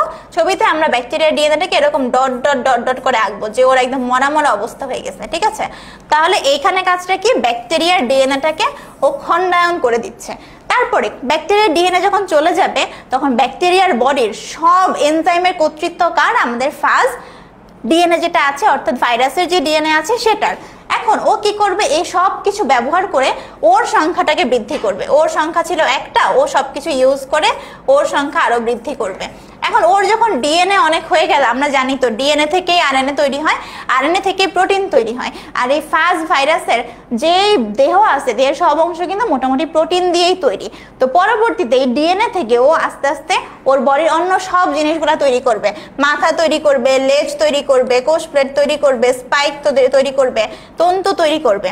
তাহলে এই তন্তু মানে দেখো প্রোটিন, হেড, টেল, স্পর্শক তন্তু সব কিছু তৈরি করবে। শুধু তৈরি করলে তো আর ও হচ্ছে ভাইরাস হয়ে গেল না, ওর কি কি করতে হবে, সব জিনিসগুলোকে অ্যাসেম্বল করতে হবে, অর্থাৎ সব জিনিসগুলোকে জায়গা মতো লাগাতে হবে। মাথার সাথে ওর লেজ লাগাতে হবে, লেজের সাথে ওর স্পর্শক তন্তু লাগাতে হবে, তারপর কলার লাগাতে হবে। হ্যাঁ, তারপর এই সব কিছু যখন ও লাগাই ফেললো, তখন ও একটা কিন্তু একটা ভাইরাস ছিল, একটা ভাইরাস থেকে ও অনেকগুলা ভাইরাস হয়ে গেল, মানে সংখ্যা বৃদ্ধি করে ফেললো। এখন তো ওর ব্যাকটেরিয়া দিয়ে কোনো কাজ নাই, ও কি করবে, ব্যাকটেরিয়ার যে প্রাচীরটা আছে, প্রাচীরটা ভেদ করে বের হয়ে যাবে। তাহলে এই পুরো প্রসেসটা হচ্ছে আমাদের অণুজীবের সংখ্যা বৃদ্ধির প্রক্রিয়া। জিনিসটা আমরা পড়বো, প্লাস চিত্রটা দেখে দেখে পড়বো, এবং পরীক্ষার খাতায় সবার আগে চিত্রটাই সুন্দর করে আঁকবো। চিত্র যদি তুমি সুন্দর করে আঁকতে পারো, তারপরে কি লিখছো, মানে আলু লিখছো না বেগুন লিখছো, এটা টিচাররা পড়েও দেখবে না। চিত্র সুন্দর হলে, চিত্র যদি স্পষ্ট হয়, বোঝা যায় তুমি কি বোঝাতে চাচ্ছ, চিত্র দেখেই তোমাকে ইনশাল্লাহ মার্ক দিয়ে দিবে। ঠিক আছে, ওকে, এটা কিন্তু সবাই প্র্যাকটিস করে যাব। এখানে এতক্ষণ আমি যা বলছি সেগুলাই ওরা আবার লিখছে, প্লাস বইয়েও লেখা আছে। ঠিক আছে, তারপরে বলছে যে উদ্দীপকের অণুজীব দুইটার মধ্যে সাদৃশ্য কি আর হচ্ছে বৈসাদৃশ্য কি। মানে অণুজীব দুইটা কি ছিল, একটা ছিল ভাইরাস আর একটা ছিল ব্যাকটেরিয়া। তাহলে সাদৃশ্য আর বৈসাদৃশ্য কি দেখি আমরা। সাদৃশ্য মধ্যে আমরা জানি ভাইরাস এবং ব্যাকটেরিয়া দুইটাই হলো অণুজীব। ঠিক আছে, ভাইরাস এবং ব্যাকটেরিয়া দুইটাই মানুষ, উদ্ভিদ সব কিছুর মধ্যে রোগ সৃষ্টি করতে পারে। এগুলো হচ্ছে সাদৃশ্য। বৈসাদৃশ্য কি, বৈসাদৃশ্য অনেকগুলো আছে। যে ভাইরাসটা অকোষীয়, অর্থাৎ এতে কোনো নিউক্লিয়াস নাই, কিন্তু ব্যাকটেরিয়া কোষীয় এবং এখানে আদি প্রকৃতির নিউক্লিয়াস থাকে, অর্থাৎ এখানে 70S রাইবোজোম থাকে। ভাইরাস এটা সজীব কোষের বাইরে কখনো বংশবৃদ্ধি করতে পারে না, আমরা কেবলই দেখলাম। কিন্তু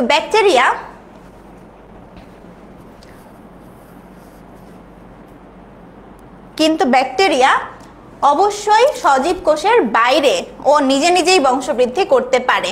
তারপর ভাইরাস যেটা, এটাকে কেলাসিত করার পর তুমি যদি আবার সজীব কোষের মধ্যে নিয়ে যাও, ও আবার হচ্ছে জীবনের লক্ষণ প্রকাশ করবে, কিন্তু ব্যাকটেরিয়া এরকম করতে পারে না। তারপর বলছে ভাইরাসের ক্ষেত্রে সাইটোপ্লাজম, বিভিন্ন ক্ষুদ্রাঙ্গ এইসব কিছু নাই, ওর মধ্যে বিপাকীয় ক্রিয়াও দেখা যায় না। ঠিক আছে, কিন্তু ব্যাকটেরিয়াতে এই সব কিছু দেখা যায়, এবং ভাইরাসের দেহে কোনো এনজাইমও থাকে না, ও কিন্তু সব ব্যাকটেরিয়ার বডিতে ঢুকে সেই সব ধার করা জিনিসপত্র নিয়ে কাজ করে। আচ্ছা, রাবেয়া কি বলছে যে শুধু যদি চিত্র কথা বলে তখন কি ডিটেলস লিখতে হবে? যদি তোমাকে শুধু বলে দেয় যে চিহ্নিত চিত্রটা অঙ্কন করো, তখন তুমি জাস্ট চিত্রটা আঁকবা, কিন্তু চিত্রের মধ্যে যে মার্কিং গুলো আছে, ধরো এই যে চিত্রের মধ্যে যে মার্কিং গুলো আছে, এই যে লেখাগুলো আছে, এগুলা কিন্তু অবশ্যই লিখবা। কারণ শুধু চিত্র এঁকে গেলে তুমি তো কাক আঁকছো নাকি ময়ূর আঁকছো এটা বোঝা যাবে না। যখন তুমি মার্কিং করবো তখনই সব বোঝা যাবে। শুধু চিত্রের কথা বললে শুধু এই চিত্রটা, এই লেখাগুলা সহ আঁকবা, বাট ওই ডিটেলস আসলে লিখতে হবে না। ঠিক আছে, বুঝতে পারছো? আচ্ছা, নিজামউদ্দিন বলছো যে আপু চিত্র কি এইটা আঁকবো নাকি ফাজের চিত্র আঁকবো? শোনো, দুইটা প্রশ্ন তো ভিন্ন। তোমাকে যদি বলে যে T2 ব্যাকটেরিয়া ফাজের চিত্র দাও, তখন তো তুমি ওই চিত্র দিবা, যে এইটা যে একটা বড় চিত্র আছে, এরকম একটা চিত্র আছে না, এটা হচ্ছে মাথা, এটা লেজ, এর ভিতরে ডিএনএ, তারপর এখানে এখানে কলার, তারপর নিচে হচ্ছে স্পর্শক তন্তু আছে, স্পাইক আছে। যদি T2 ব্যাকটেরিওফাজের চিত্র বলে তখন এইটা দিবা। আর এইটা কখন দিবা? যখন তোমাকে বলবে যে বংশবৃদ্ধির প্রসেসটা দেখাও, বা যদি বলবে যে লাইটিক চক্রটা বর্ণনা করো, তখন তুমি যে ওইটা দিবা। বুঝছো? দুইটা প্রশ্ন তো আলাদা নিজাম। হ্যাঁ হ্যাঁ, মার্ক তো করবাই আপু। আসলে এটা বলার কারণ, অনেকে আছে আমার কাছে, অনেক খাতা আমি দেখছি মানুষের যে চিত্র এঁকে রেখে দেয়, কোনো মার্কিং নাই, কিছু নাই। মানে ওরা মনে করে যে চিত্র আঁকছে এটা টিচার এমনিই বুঝে নিবে। টিচার তো সব এমনিই পারে, তাহলে তো তোমাদের আঁকতেও দিত না, তাই না? হ্যাঁ, ওইটাই। এবং মার্কিংটা তোমরা একটু চেষ্টা করবে একটু সুন্দরভাবে করার, হ্যাঁ, যাতে চিত্রটা দেখেই টিচার বুঝে যে তুমি জিনিসটা বুঝে শুনে আঁকছো। ঠিক আছে, ওকে। তারপরে আমরা কোথায় ছিলাম? আমরা ছিলাম এখানে। ওকে, তাহলে আমাদের এটা শেষ হয়ে গেল। তারপরে দেখো আবার বলছে যে সুমনা একটা নির্দিষ্ট সময় পর পর কাঁপুনি দিয়ে জ্বর আসে। চিকিৎসক জ্বর রক্ত পরীক্ষার মাধ্যমে জানালেন আরবিসিতে অণুজীব সংক্রমণের কারণে এই জ্বর আসছে। এখন এত কিছু তো আমার দরকারই নাই, যখনই আমি দেখছি যে কাঁপুনি সহ জ্বর, এটা দিয়ে আমি বুঝে যাব যে আমাদেরকে স্টেমে আসলে ম্যালেরিয়া বোঝাতে চাচ্ছে। কি বোঝাতে চাচ্ছে? ম্যালেরিয়া বোঝাতে চাচ্ছে। ঠিক আছে, এখন দেখো প্রথম প্রশ্ন, এগুলো আমাদের এই চ্যাপ্টারের না। দেখো বলছে যে উদ্দীপকের বিশেষ কণিকায় পরজীবীর সংখ্যা বৃদ্ধির প্রক্রিয়া বর্ণনা করো। অর্থাৎ বিশেষ কণিকা মানে কি, আরবিসির মধ্যে ম্যালেরিয়া পরজীবীটা কিভাবে সংখ্যা বৃদ্ধি করে সেইটা আমাদের বর্ণনা করতে বলেছে। এখন দেখো আরবিসির মধ্যে কি হয় কাহিনীটা, এখানে একটু পড়ি তারপর আমরা একটু দেখাই দিব। বলছে যে ম্যালেরিয়া পরজীবী আমরা জানি দুইটা জায়গায় বংশবৃদ্ধি করে, একটা হচ্ছে যকৃৎ আর একটা হচ্ছে না দুইটা জায়গায় বলতে প্রথমে ওরা তো মানুষে বংশবৃদ্ধি করতে পারে, আরেকটা হচ্ছে মশকের মধ্যে, অ্যানোফিলিস মশকের মধ্যে বংশবৃদ্ধি করতে পারে। মানুষের বডিতেও কি করে? মানুষের বডিতে ও আসলে অযৌন জননটা সম্পন্ন করে। অযৌন জননটা আবার মানুষের বডিতে দুই জায়গায় করতে পারে। ঠিক আছে, দুই জায়গায় করতে পারে, একটা হচ্ছে যকৃৎ আর একটা হচ্ছে আরবিসি। এখন যকৃতের মধ্যে ওর আবার দুইটা সাইকেল সম্পন্ন হয়, একটা হচ্ছে প্রি এরিথ্রোসাইটিক সাইজোগনি আর একটা হচ্ছে এক্সো এরিথ্রোসাইটিক সাইজোগনি। ঠিক আছে, আর আরবিসির মধ্যে যেটা হয় সেটাকে বলবো এরিথ্রোসাইটিক সাইজোগনি। ঠিক আছে, এই যে দেখো কনক বলছে যে এই প্রশ্নটা নাকি ওদের সিকিউতে দিছিল, প্লাস আমরা দেখো 18 সালে ঢাকা, যশোর, সিলেট, দিনাজপুর সব জায়গায় এই প্রশ্ন আসছে। ঠিক আছে, এখন দেখো আমরা যেটা পড়তে যাচ্ছি সেটা হচ্ছে আরবিসিতে কি হয়। তো যকৃৎ কোষে প্রথমেও আক্রমণ করে, যকৃৎ কোষে অনেক দশা পার হয়ে লাস্ট পর্যন্ত যে দশাটা যায় সেটার নাম হচ্ছে ক্রিপ্টোমেরোজয়েড। সেটার নাম কি? সেটার নাম হচ্ছে ক্রিপ্টোমেরোজয়েড, সরি মেটাক্রিপ্টোমেরোজয়েড।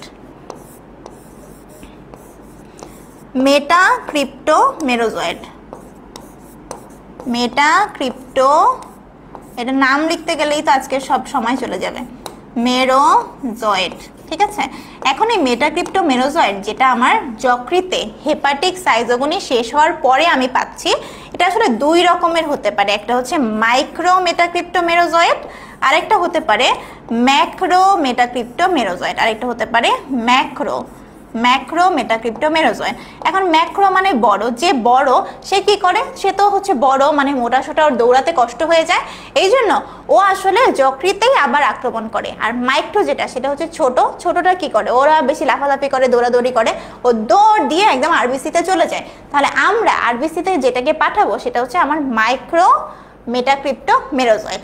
এখন এরা গেল সুন্দর মতো আরবিসিতে যাওয়ার পরে আরবিসির মধ্যেও তো অনেক হচ্ছে খাবার দাবার আছে, অক্সিজেন আছে, পুষ্টি আছে, তো এই সব কিছু গ্রহণ করবে। হ্যাঁ, মাইক্রো মেটাক্রিপ্টোমেরোজয়েডটা ওই আরবিসিতে ঢুকবে। আরবিসিতে ঢোকার পরে হ্যালো, এটা হচ্ছে আমার আরবিসি আর এটা হচ্ছে আমার মাইক্রো মেটাক্রিপ্টোমেরোজয়েড।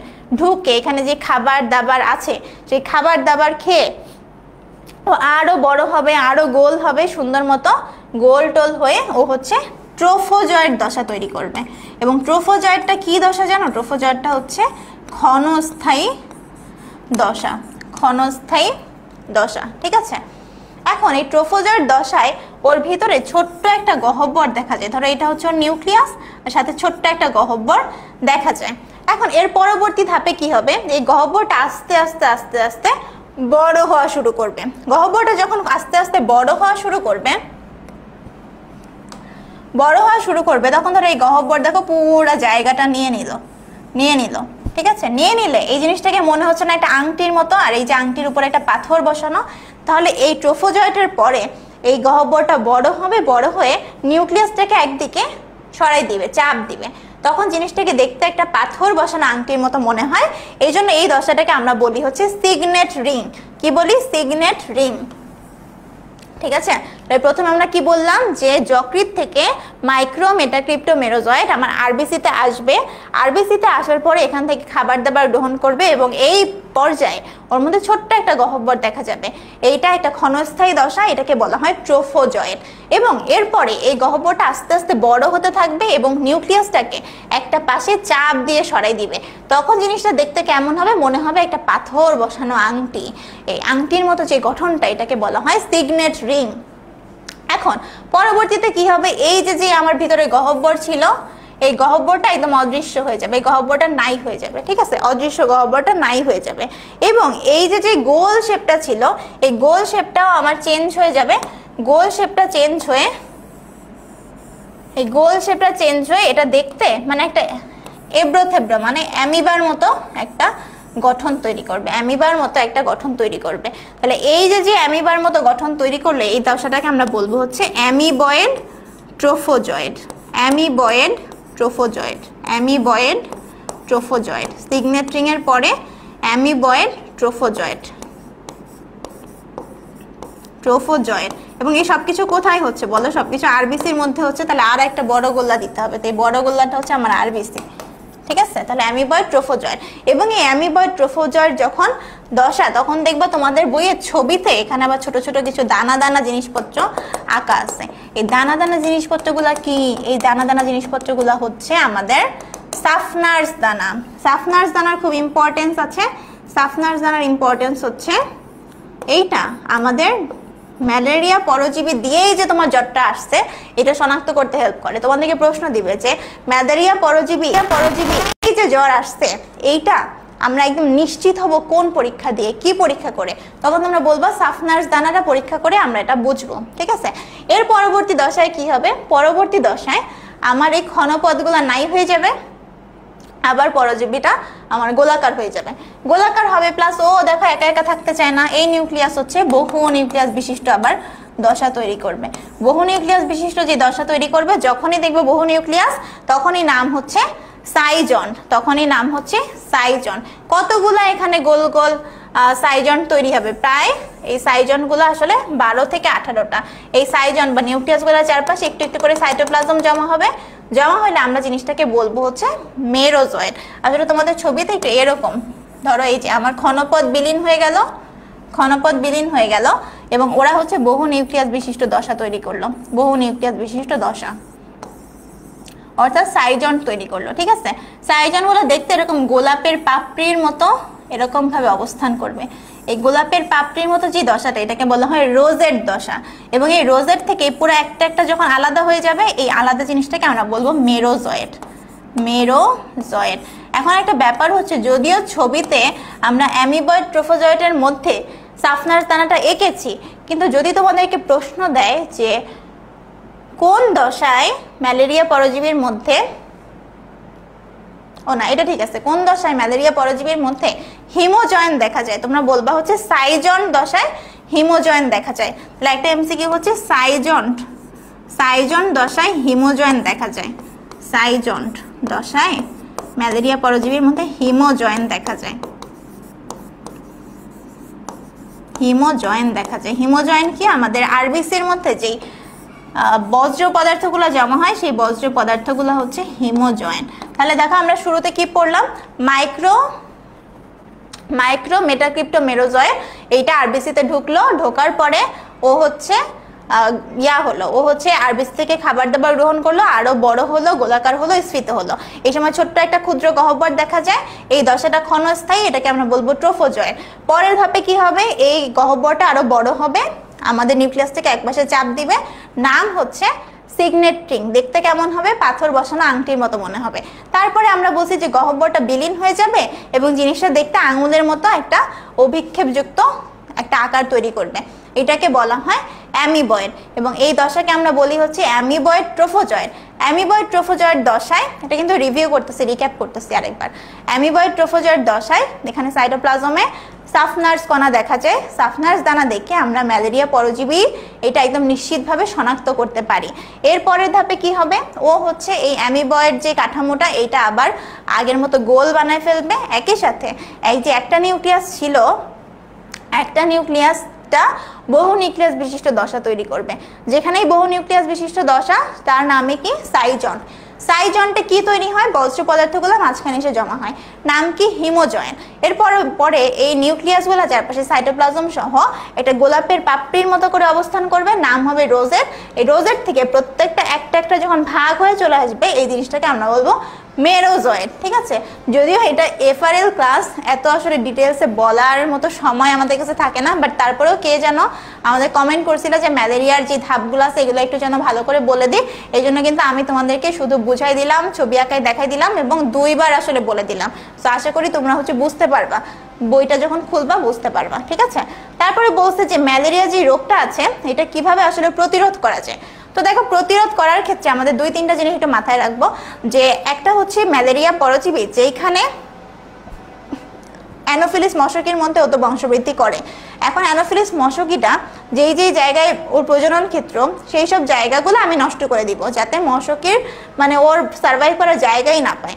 তারপরে আমি কি করব, এই জন্য কি করব, আশেপাশে যেখানে দেখবো যে আমার পানি জমে আছে সেই জিনিসগুলোকে আমরা ফেলে দিব, নালা ডোবা নদী নালা এগুলো পরিষ্কার রাখবো। হ্যাঁ, তারপরে আমরা চেষ্টা করব যে যদি ওর কোনো ছোট ছোট বাচ্চা মশা তৈরি হয় ওগুলাকে বাচ্চা অবস্থাতেই মেরে ফেলবো, ঠিক আছে। তো কেমন মশা এবং পিউপাটাকে ধ্বংস করব কিভাবে। বলছে যে তুমি যদি পানির উপরে কেরোসিন বা পেট্রোল ছিটায় দাও অক্সিজেনের অভাবে মরে যাবে, বা তুমি যদি বিএইচসি ডায়ালড্রিন এগুলা ছড়াই দাও তাহলেও মশকের লার্ভা পিউপা মরে যাবে। আর পানিতে যদি তুমি জুভেনাইল হরমোন দিয়ে দাও তাহলে দেখা যাবে পূর্ণাঙ্গ মশকিতে ও আর রূপান্তরিত হতেই পারবে না, ঠিক আছে। তাহলে ছোট বাচ্চাই থেকে যাবে। তারপরে আমরা একটা করতে পারি যে পূর্ণাঙ্গ যে মশাগুলো আছে ওগুলাকে মারবো। এই যে দেখো, অনেক সময় দেখা যায় না যে একটা লোক আসে তারপর একটা ধোঁয়া দিয়ে যায় সবার বাড়িতে, ওটা কি সালফার ডাই অক্সাইডের ধোঁয়া, তাই না। এই সালফার ডাই অক্সাইডের ধোঁয়ার মাধ্যমে আমরা কিন্তু বড় বড় যে মশাগুলো আছে এই বড় মশাগুলোকে মেরে ফেলতে পারি, ঠিক আছে। এছাড়া আমরা কি করতে পারি যে যেসব জায়গায় এরকম মশার ডিমগুলা বেঁচে থাকে ওইসব জায়গায় আমরা যদি কিছু মাছ চাষ করি, যেমন কি মাছ, গাপ্পি মাছ, কই, খোলছে, তেলাপিয়া, পুঁটি, ওগুলা মশার লার্ভাগুলাকে খেয়ে ফেলে। তাহলে একই সাথে আমরা মাছ চাষও করলাম আবার মশাও মারলাম, দুইটা একসাথে আমরা করতে পারলাম, ঠিক আছে। এটা সো তারপরে প্রশ্ন বলছে এইচআইভি কি, হেমোরেজিক ডেঙ্গু কি, এগুলো একটু দেখে নাও। আবার বলছে জিনিসটা কি, ব্যাকটেরিয়ার বংশবৃদ্ধি প্রক্রিয়াটা। আমরা জানি ব্যাকটেরিয়া যে বংশবৃদ্ধি করে সেটার নাম বাইনারি ফিশন বা দ্বিভাজন। তাহলে ব্যাকটেরিয়ার ইয়াও আসতে পারে, কিন্তু ব্যাকটেরিয়ার স্ট্রাকচারটা আসলে বেশি ইম্পর্টেন্ট ছিল, ঠিক আছে। এই যে দেখো, বাইনারি ফিশনটা কি, বাইনারি ফিশন হচ্ছে একটা ব্যাকটেরিয়া, এর ভেতরে তো ওর নিজের ডিএনএ থাকবে। তো কি করবে, ও ফার্স্টে ওর ডিএনএটাকে দুইটা ডিএনএতে কনভার্ট করবে। একই সাথে ওর যেই কোষ ঝিল্লি আছে সেই ঝিল্লিটাকে আস্তে আস্তে বর্ধিত করার পরে ঝিল্লিটাকে মাঝ বরাবর একটা খাঁজ বা ভাঁজের তৈরি করবে। ভাঁজটা আস্তে আস্তে মিলে দুইটা কোষ তৈরি করবে, যার মধ্যে 2 সেট ও ডিএনএটাকে ঢুকাই দিবে। এটা আসলে আশাটা লেস ইম্পর্টেন্ট, যেই ইয়াটা আছে স্ট্রাকচারটা আছে ওইটা বেশি ইম্পর্টেন্ট, ঠিক আছে। বি কে কিভাবে কাজে লাগানো যায়, দেখো ভাইরাসের কিছু গুরুত্ব আছে, যেমন বলতেছে যে বসন্ত, পোলিও, প্লেগ, এটা আসলে কোথা থেকে দিছে, ভাইরাসের যেই গুরুত্বের মধ্যে ভাইরাসের উপকারিতা আছে, ভাইরাসের উপকারিতার যে পয়েন্ট ওগুলো জাস্ট তোমরা লিখে দিবা একটু বই থেকে। এগুলো যদি তোমরা 2-1বার পড়ো তাহলেই লিখতে পারবা, ঠিক আছে। উপকারিতা, গুরুত্ব, এইসব পয়েন্ট আসলে মোটামুটি ভাবে লিখলেই হয়, কিন্তু স্ট্রাকচার এইগুলা অনেক সুন্দরভাবে পড়তে হবে, ঠিক আছে। স্ট্রাকচারটা কেমন, তারপরে যে লাইটিক চক্রটা কেমন, এইসব জিনিস আবার বানাই ছানায় লেখা যায় না। হ্যাঁ, এগুলো তোমরা একটু বই থেকে দেখবা যে ভাইরাসের কাজটা কি। তারপরে দেখো, মোটামুটি ম্যালেরিয়া সম্পর্কে আমরা একটু পড়ে ফেলছি, এগুলো তোমরা পারবা ইনশাল্লাহ। আচ্ছা, আরেকটা জিনিস আছে যে মশকের ক্রপের মধ্যে প্লাজমোডিয়ামের যে গ্যামিটোগনি হয় ওইটা কিভাবে হয় এটা একটু দেখাই।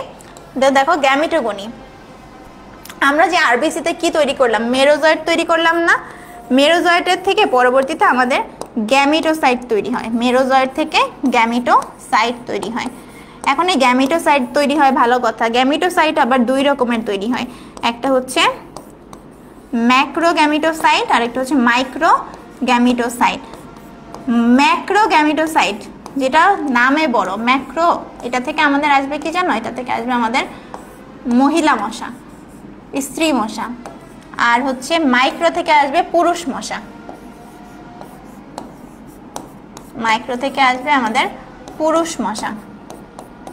ঠিক আছে। এইটা তো দেখো আমরা দেখি গ্যামিটোগনি মানে কি, আমরা হচ্ছে গ্যামিটোসাইট থেকে সরাসরি গ্যামিটটা তৈরি করব। এই প্রসেসটাই হচ্ছে গ্যামিটোগনি। কোথায় হয়? মশকের ক্রপের মধ্যে হয়। তাহলে এই যে আবরণটা আঁকা হয়েছে এটা হচ্ছে মশকের ক্রপের প্রাচীর। এখন দেখো দুইটা জিনিস, একটা হচ্ছে ম্যাক্রোগ্যামিটোসাইট আর একটা হচ্ছে মাইক্রোগ্যামিটোসাইট। মনে রাখবা যেটা হচ্ছে মাইক্রোগ্যামিটোসাইট তার ক্ষেত্রে নিউক্লিয়াসটা অনেক বড় হবে, আর যে ম্যাক্রোগ্যামিটোসাইট তার ক্ষেত্রে নিউক্লিয়াসটা ছোট হবে। তো ছবি আঁকার ক্ষেত্রে এই জিনিসটা তোমাদের একটু খেয়াল করে রাখতে হবে, ঠিক আছে? ম্যাক্রোগ্যামিটোসাইট পরবর্তীতে দেখা যাবে যে মিওসিস সেল ডিভিশন হয়ে ওরা আস্তে আস্তে ম্যাক্রোগ্যামিট তৈরি করছে। আর যেটা হচ্ছে মাইক্রোগ্যামিটোসাইট এইটা প্রথমে দেখা যাবে যে মিওসিস সেল ডিভিশন করলো, প্লাস এর যে চারিদিকে এরকম এবড়ো-থেবড়ো একটু আকার তৈরি হবে, ঠিক আছে? এবড়ো-থেবড়ো কিছু আকার তৈরি হবে। এই জিনিসটাকে আমরা বলি হচ্ছে সাইটোপ্লাজমীয় অভিক্ষেপ তৈরি হওয়া। এইটাকে বলা হয় এক্স ফ্লাজিলেশন, ঠিক আছে? এই যে অনেকগুলো অভিক্ষেপ তৈরি হলো, এই সবগুলো অভিক্ষেপ থেকে আলটিমেটলি একটা মাইক্রোগ্যামিট তৈরি হবে, ঠিক আছে? তো এই জিনিসগুলো তোমরা যখন পড়বা অবশ্যই ছবি দেখে পড়বা, তাহলে বুঝতে পারবে। এটা অনেক সোজা, ছবি দেখে পড়বা, ঠিক আছে? ছবি না দেখে পড়লে কিন্তু ম্যালেরিয়া তোমরা আসলে বুঝতে পারবে না। তারপর বলছে এক্স যে জ্বরে আক্রান্ত সেই জীবাণুটিকে জীব এবং জ্বরের যোগসূত্র বলা হয়। এখন বলছে যে এক্স কোন জ্বরে আক্রান্ত, দেখি বলতেছে যে এক্স আর ওয়াই উভয় জ্বরে আক্রান্ত হলেও লক্ষণ ভিন্ন। এক্স এর যে জ্বর, এখানে প্রচন্ড মাথা ব্যথা হয়, অস্থিসন্ধিতে ব্যথা হয়, চামড়ায় লাল লাল র্যাশ দেখা যায়। আর ওয়াই এর যে জ্বর, এখানে কাঁপুনি দিয়ে জ্বর আসে। অর্থাৎ এক্স এর যে জ্বর, এটা দিয়ে কি বোঝাচ্ছে হচ্ছে ডেঙ্গু জ্বর। ডেঙ্গু জ্বরে কি হয় আমরা জানি, ডেঙ্গু জ্বরকে বলা হয় হাড় ভাঙা জ্বর অথবা ব্রেক বোন ফিভার। তো হাড় ভাঙা জ্বর মানে হচ্ছে অস্থিসন্ধিতে ব্যথা হবে, চারিদিকে ব্যথা, মাথায় ব্যথা, চোখের পেছনে ব্যথা। সো এই সব কিছু দিয়ে আমরা হচ্ছে আইডেন্টিফাই করব ব্যথা। আর হচ্ছে ম্যালেরিয়ার ক্ষেত্রে যে জ্বর, এই জ্বরটা হচ্ছে কাঁপুনি দিয়ে জ্বর আসবে। তাহলে এক্স মানে ভাইরাস হচ্ছে জীব এবং জ্বরের মধ্যে একটা সেতু বন্ধন হিসেবে কাজ করে। এখানে তুমি কিভাবে বুঝাবা, তোমার ভাইরাসের জীবীয় বৈশিষ্ট্যগুলা লিখবা আর জ্বরের যে বৈশিষ্ট্যগুলো আছে সেগুলাকে লিখবা, ঠিক আছে? এই যে আমারও মনে হয় মাঝে মাঝে যে পড়তে বসলে যে পড়তে মন চায় না, এটা আসলে কোন রোগের লক্ষণ, ঠিক আছে? কোন রোগের লক্ষণ? ওকে, ঠিক আছে। তাহলে এই ভাইরাসের জীবীয় এবং জড় বৈশিষ্ট্যগুলো তোমাদেরকে দেখতে হবে। এগুলো বললাম না, এগুলো তোমরা পারো। এখন দেখি অধ্যায় 7 নগ্নবীজী এবং আবৃতবীজী উদ্ভিদ। নগ্নবীজী এবং আবৃতবীজী উদ্ভিদে তোমাদের যেটা না পড়লেই না সেটা হচ্ছে পুষ্প প্রতীক।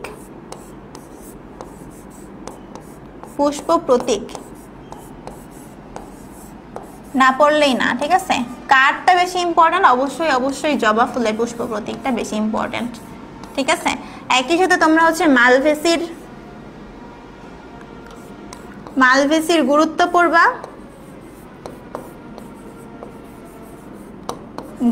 পড়বা, আর হচ্ছে পোয়েসিরও গুরুত্ব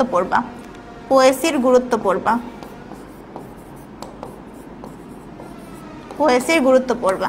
তারপরে হচ্ছে সংকেত যেগুলো আছে না, পুষ্প সংকেত, সেই পুষ্প সংকেতটাও একটু করে পড়বা।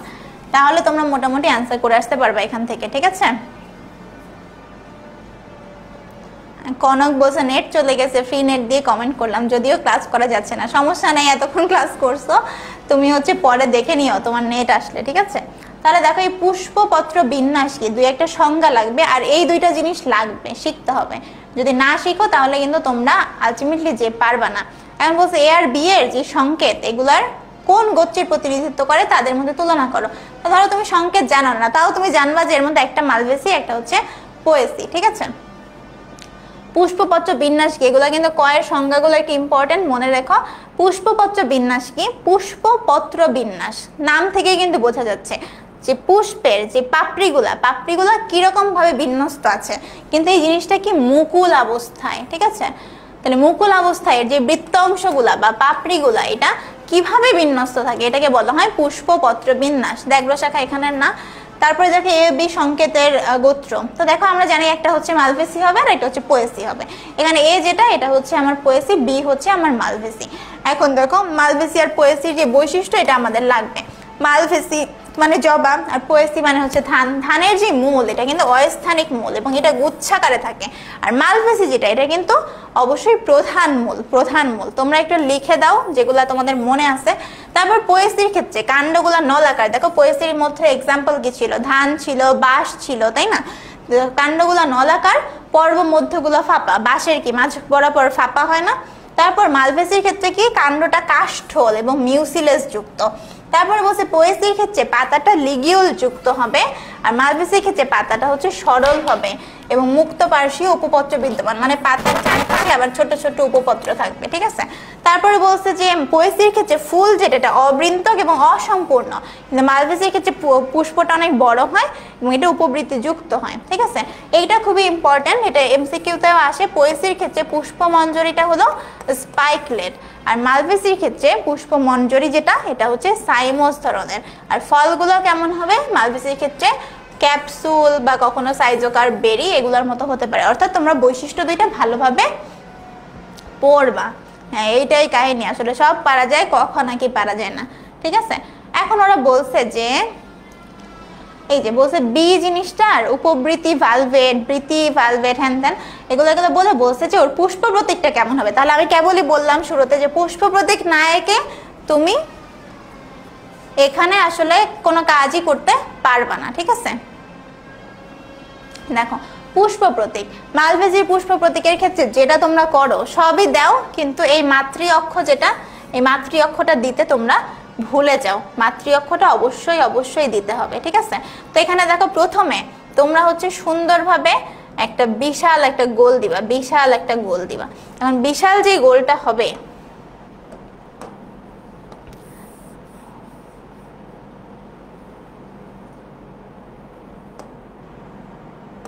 এই যে বিশাল একটা গোল দিলা। এখন এই গোলটাকে তোমরা আবার 5টা ভাগে ভাগ করবা। ধরো এই যে কিভাবে 5 ভাগে ভাগ করা যায়, এই যে এখানে ধরো আমার কেন্দ্র, এটা হচ্ছে আমার কেন্দ্র, ঠিক আছে? তাহলে এই এক কেক কাটার মতো, হ্যাঁ 1 2 3 4 ভাগ হয়ে গেছে। দাঁড়াও আমি একটু 5 ভাগে ভাগ করি। তাহলে এই একটা ভাগ, তারপরে এই একটা ভাগ, 1 2 3 4 5, ঠিক আছে? তো 5টা ভাগ যাতে সমান হয় এটা একটু খেয়াল করো। 5টা সমান ভাগে ভাগ করবা। ভাগ করার পরে তুমি এই বাইরের যে লেয়ারগুলো আছে এইটা দেওয়ার চেষ্টা করবা, যে এই লেয়ারটা দেওয়ার চেষ্টা করবা, তারপরে এই লেয়ারটা দেওয়ার চেষ্টা করবা, ঠিক আছে? এই লেয়ারটা দেওয়ার চেষ্টা করবা। তারপরে তুমি আর একটা গোল দিবা, সেই গোলের মধ্যে আবার এই জিনিসটাকে দিবা। এখন এই জিনিসটা আঁকার সময় তোমাকে যে মনে রাখতে হবে যে একটা জিনিস আঁকলা, তারপর এইটার নিচ থেকে আরেকটার মাথা শুরু করবা, আবার এইটার নিচ থেকে আরেকটার মাথা শুরু করবা, ঠিক আছে? একটার মাথা মানে পাপড়িগুলার একটার মাথা আরেকটার নিচে থাকবে, আরেকটার যে উপরে থাকবে, মানে একটা নিচে আরেকটা উপরে। এই জিনিসটা একটু মেনটেন করো, ঠিক আছে? তারপরে ভিতরে দেখো আবার 5 ভাগ। তোমার এই 5 ভাগটাই তোমাকে গাইড করবে পুরো জিনিসটা করার জন্য। তারপরে যে তুমি এরকম করে করে এই যে এই জায়গাগুলো দিবা, এই জায়গাগুলো আবার সেই 5টা করে দিবা, 5টা করে দিবা। তারপর ভিতরে যে জায়গাটা আছে এটাও তোমার, মানে মেইন কথা হচ্ছে তুমি যদি এটা বড় গোল দিয়ে এটাকে 5 ভাগে ভাগ করে ফেলো, তারপরে আঁকাটা অনেক বেশি সহজ হয়ে যায়। এখন কি কি আছে আমরা একটু চিনে নেই। যে একদম বাইরে যেটা আছে, এই বাইরে যেটা, সেটার নাম হচ্ছে উপবৃত্তি। উপবৃত্তির ভিতরে যেটা থাকে সেটা কি? বৃত্তি। এবং বৃত্তিগুলো আমরা জানি হচ্ছে যুক্ত থাকে, এই জন্য আমরা এইভাবে কিন্তু যুক্ত করে দিয়েছি, বৃত্তিগুলা যুক্ত করে দিয়েছি, ঠিক আছে?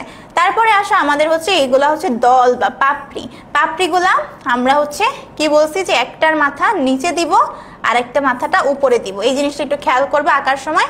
তারপরে এই যে এরকম করে আঁকছি, এই জিনিসটা হচ্ছে আমাদের পুংস্তবক, ঠিক আছে? তারপরে একদম ভিতরে যেটা আঁকবো সেটা হচ্ছে আমাদের স্ত্রীস্তবক। এই জিনিসটা অবশ্যই তোমরা এই জবা ফুলের পুষ্প প্রতীক না এঁকে, জবা ফুলের পুষ্প প্রতীক না এঁকে পরীক্ষায় এই প্রশ্ন মানে এই অধ্যায় থেকে অ্যান্সার করার আশা নিয়ে যাবার চেষ্টা করবা না, ঠিক আছে? তারপরে দেখো আচ্ছা পরের প্রশ্নে আবার বলছে যে পুষ্প প্রতীক কি, এটার সংজ্ঞাটা কিন্তু লাগবে। নগ্নবীজি আবৃতবীজি অধ্যায়ের নাম, তাহলে নগ্নবীজি আবৃতবীজির মধ্যে যে পার্থক্য আছে সেটা অবশ্যই তোমরা ছোট্ট করে হলেও শিখবা। তারপর বলছে বি চিত্রটি যেই গোত্রের তার শনাক্তকারী বৈশিষ্ট্য, বি দেখেই বোঝা যাচ্ছে এটা অবশ্যই ধান, এটা অবশ্যই মালভেসি, ঠিক আছে। তারপর বলছে উপরোক্ত চিত্র দুটির সংশ্লিষ্ট গোছের অর্থনৈতিক গুরুত্ব। তাহলে দেখো আমরা যদি বলি প্রশ্ন আসলে কি, প্রশ্ন কিন্তু অনেক লিমিটেডের মধ্যে কি দেখো, প্রথমে আমার নগ্নবীজি আবৃতবীজি উদ্ভিদের পার্থক্য, এই একটা সিকিউ এর মধ্যে ওরা কিন্তু মোটামুটি সব নিয়ে আসছে। নগ্নবীজি আবৃতবীজির পার্থক্য পড়বা, পার্থক্য পড়লে কি হবে, তোমাকে যদি আলাদাভাবে নগ্নবীজির বৈশিষ্ট্য লিখতে পারলে সেটাও তুমি লিখতে পারবা, আবৃতবীজির বৈশিষ্ট্য লিখতে বললে সেটাও লিখতে পারবা। একসাথে তোমার একটা প্রশ্ন পড়ে মোটামুটি 4-5টা প্রশ্ন অ্যান্সার করার মতো জ্ঞান হয়ে যাবে। তারপরে তোমার যেটা পড়তে হবে, যেটা মালভেসি পোয়েসি আছে তোমার, এই যে জবা ফুল ইম্পর্টেন্ট, ঠিক আছে। জবা ফুলের পুষ্প প্রতীক পড়ব,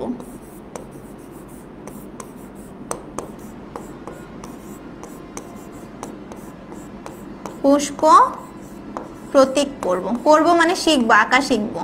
তারপরে এই দুইটার ক্ষেত্রে জবা আর ধানের, জবা প্লাস ধানের পুষ্প সংকেত, এটা কিন্তু পারতে হবে, হয়তো তোমাকে লিখতে দিবে, না হলে তোমাকে হচ্ছে উদ্দীপকে দিবে যেটা দিয়ে তোমাকে চিনতে হবে। তাহলে কি পুষ্প সংকেত পড়ব। তারপরে যে আমরা কি পড়ব, এই যে জবা এবং ধান অর্থাৎ মালভেসি এবং পোয়েসি,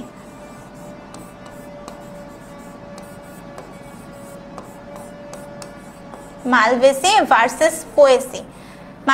ভার্সেস পোয়েসি যখন পড়বো তখন কি হবে, এই দুইটার শনাক্তকারী বৈশিষ্ট্য আমার পড়া হয়ে যাবে। পোয়েসি অর্থাৎ এইটার শনাক্তকারী বৈশিষ্ট্য পড়বো, আবার পোয়েসির শনাক্তকারী বৈশিষ্ট্য পড়বো,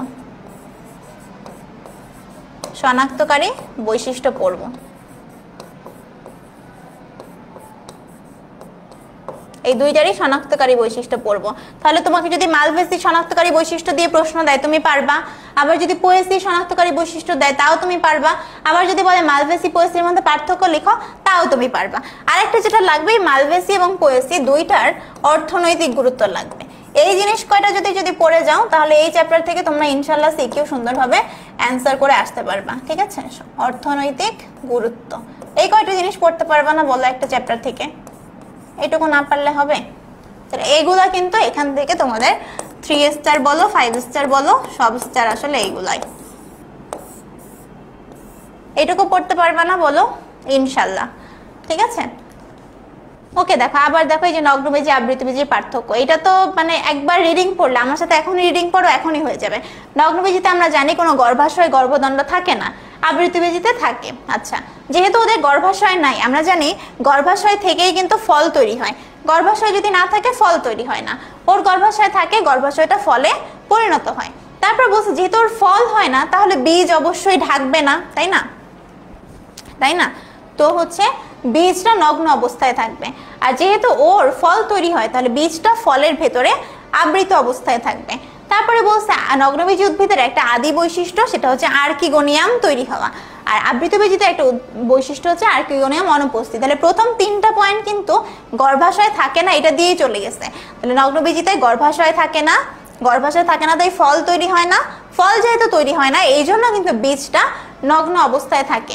আর আবৃতবীজি উদ্ভিদে জাস্ট এর বিপরীত জিনিসটা লিখে দিবা তাহলেই হয়ে যাবে। আর একটা পয়েন্ট মনে রাখবে যে আর্কিগোনিয়া উপস্থিত, ওখানে আর্কিগোনিয়া অনুপস্থিত। তারপরে বলছে যে বি হচ্ছে জবা, তার শনাক্তকারী বৈশিষ্ট্য। দেখো আমরা বলছি যে জবার এই শনাক্তকারী বৈশিষ্ট্যগুলো মনে রাখতেই হবে, যে পুষ্পটা একক, দেখো জবা ফুলটা একটা পুরোপুরি একক পুষ্প হিসেবে আমরা ছিঁড়ি গাছ থেকে, তাই না, এবং এটা হচ্ছে উপবৃত্তি যুক্ত, কাণ্ডের কচি অংশে রোম থাকে এবং পিচ্ছিল পদার্থ বিদ্যমান থাকে, উপপত্র হচ্ছে মুক্ত পার্শ্বীয়, পুংকেশরগুলো বহু থাকে এবং এরা হচ্ছে এক গুচ্ছ হয়ে অবস্থান করে। তারপর পরাগধানী এক প্রকোষ্ঠী এবং বৃক্কাকার, এটা কিন্তু এমসিকিউতেও দেয়, যে বৃক্কাকার পরাগধানী, পরাগরেণুটা বড় এবং কণ্ঠকৃত, এই 2টা পয়েন্ট খুব ইম্পর্টেন্ট, মিস দিও না। অমরা বিন্যাসটা অনেক ইম্পর্টেন্ট, এই 4টা পয়েন্ট অবশ্যই তোমাকে লিখতে হবে, যে পরাগধানী এক প্রকোষ্ঠী বৃক্কাকার, পরাগরেণু বৃহৎ এবং কণ্ঠকৃত, অমরা বিন্যাসটা অক্ষীয়, আর পুষ্প বিন্যাসটা টুইস্টেড বলেই কিন্তু আমরা ওই যে বললাম না, একটা পুষ্পর মাথা নিচে দিব আর একটার মাথা উপরে দিব, এই জিনিসটা, হ্যাঁ, টুইস্টেড। তারপরে বলছে যে অর্থনৈতিক গুরুত্ব লিখো। তা দেখো এই যে জবা আর ধান এগুলো অর্থনৈতিক গুরুত্ব পারবা না বলো, বাঁশ কি কাজে লাগে, ভুট্টা কি কাজে লাগে, তারপরে লেমন গ্রাস কি কাজে লাগে, এই সব কিছু তো পারবা। তারপর জবা ফুল কি আছে, কার্পাস তোলা কি কাজে লাগে, এগুলো জাস্ট বিশ্বাস করে একবার যদি রিডিং দাও তাহলে সুন্দর মতো লিখে আসতে পারবা। খালি একবার রিডিংটা দিতে হবে তোমাকে, ঠিক আছে? এইটাই মোটামুটি। তাহলে আজকে আমরা তোমাদেরকে যেটা চেষ্টা করছি সেটা হচ্ছে একটু একটু করে তোমার ব্রেইনে, যদি একদম কিছু ভুলে যাও সে একদম ভুলে যাও জিনিসগুলোকে ব্রেইনে নিয়ে আসার চেষ্টা করছি। আরেকটা জিনিস আমরা ট্রাই করেছি যে সবগুলো চ্যাপ্টার তো না, আমরা 4টা চ্যাপ্টারের সিকিউ দেখলাম। এই 4টা চ্যাপ্টার থেকে কোন কোন জায়গাটা তুমি বাদ দিয়ে যেতেই পারবা না সেই জায়গাগুলো আমরা বলে দিছি। তোমার কি হবে কাজ, তুমি যখন এই চ্যাপ্টার পড়তে যাবা প্রথমেই কিন্তু সব পড়তে যাবা না। প্রথমে তুমি জানো এখন যে আমার এই চ্যাপ্টার থেকে কি কি সিকিউ এর জন্য ইম্পর্টেন্ট, প্রথমে ওই সিকিউ এর জায়গাগুলো লেখার মতো করে ভালোভাবে পড়বা। তারপরে তুমি যে হচ্ছে এক্সট্রা এমসিকিউ বেসড বা ক খ বেসড জিনিসগুলো আছে ওগুলা পড়বা, ঠিক আছে? মানে প্রথমে সব পড়তে গেলে দেখা যাবে যে একটা চ্যাপ্টার শেষ করতে যে পাগল হয়ে যাচ্ছে। তারপরে দেখা গেল যেটা ইম্পর্টেন্ট না ওখানে তুমি অনেক সময় দিয়ে ফেলতেছো, যেটা বেশি ইম্পর্টেন্ট সিকিউরিটির জন্য ওখানে তুমি সময় দিতেই পারতেছো না। সো আশা করি তোমাদের ক্লাসটা কিছুটা হলেও কাজে লাগাতে পারছি। এবং যদি এরপরেও কোনো কিছু তোমরা সমস্যা মনে করো অবশ্যই আমাদের সাথে যোগাযোগ করো, আমরা তোমাদেরকে বলে দেওয়ার চেষ্টা করব। আর তোমাদের পরীক্ষা যেটা, পরীক্ষায় অবশ্যই বায়োলজিতে কিন্তু অনেক সুন্দর করে তোমরা লিখবা, সব সুন্দর করে ছবি আঁকবা। সো আশা করি সবার পরীক্ষা অনেক ভালো হবে। আজকে ক্লাসটা এখানেই শেষ করছি। সবাই ভালো থেকো। আল্লাহ হাফেজ। আসসালামু আলাইকুম।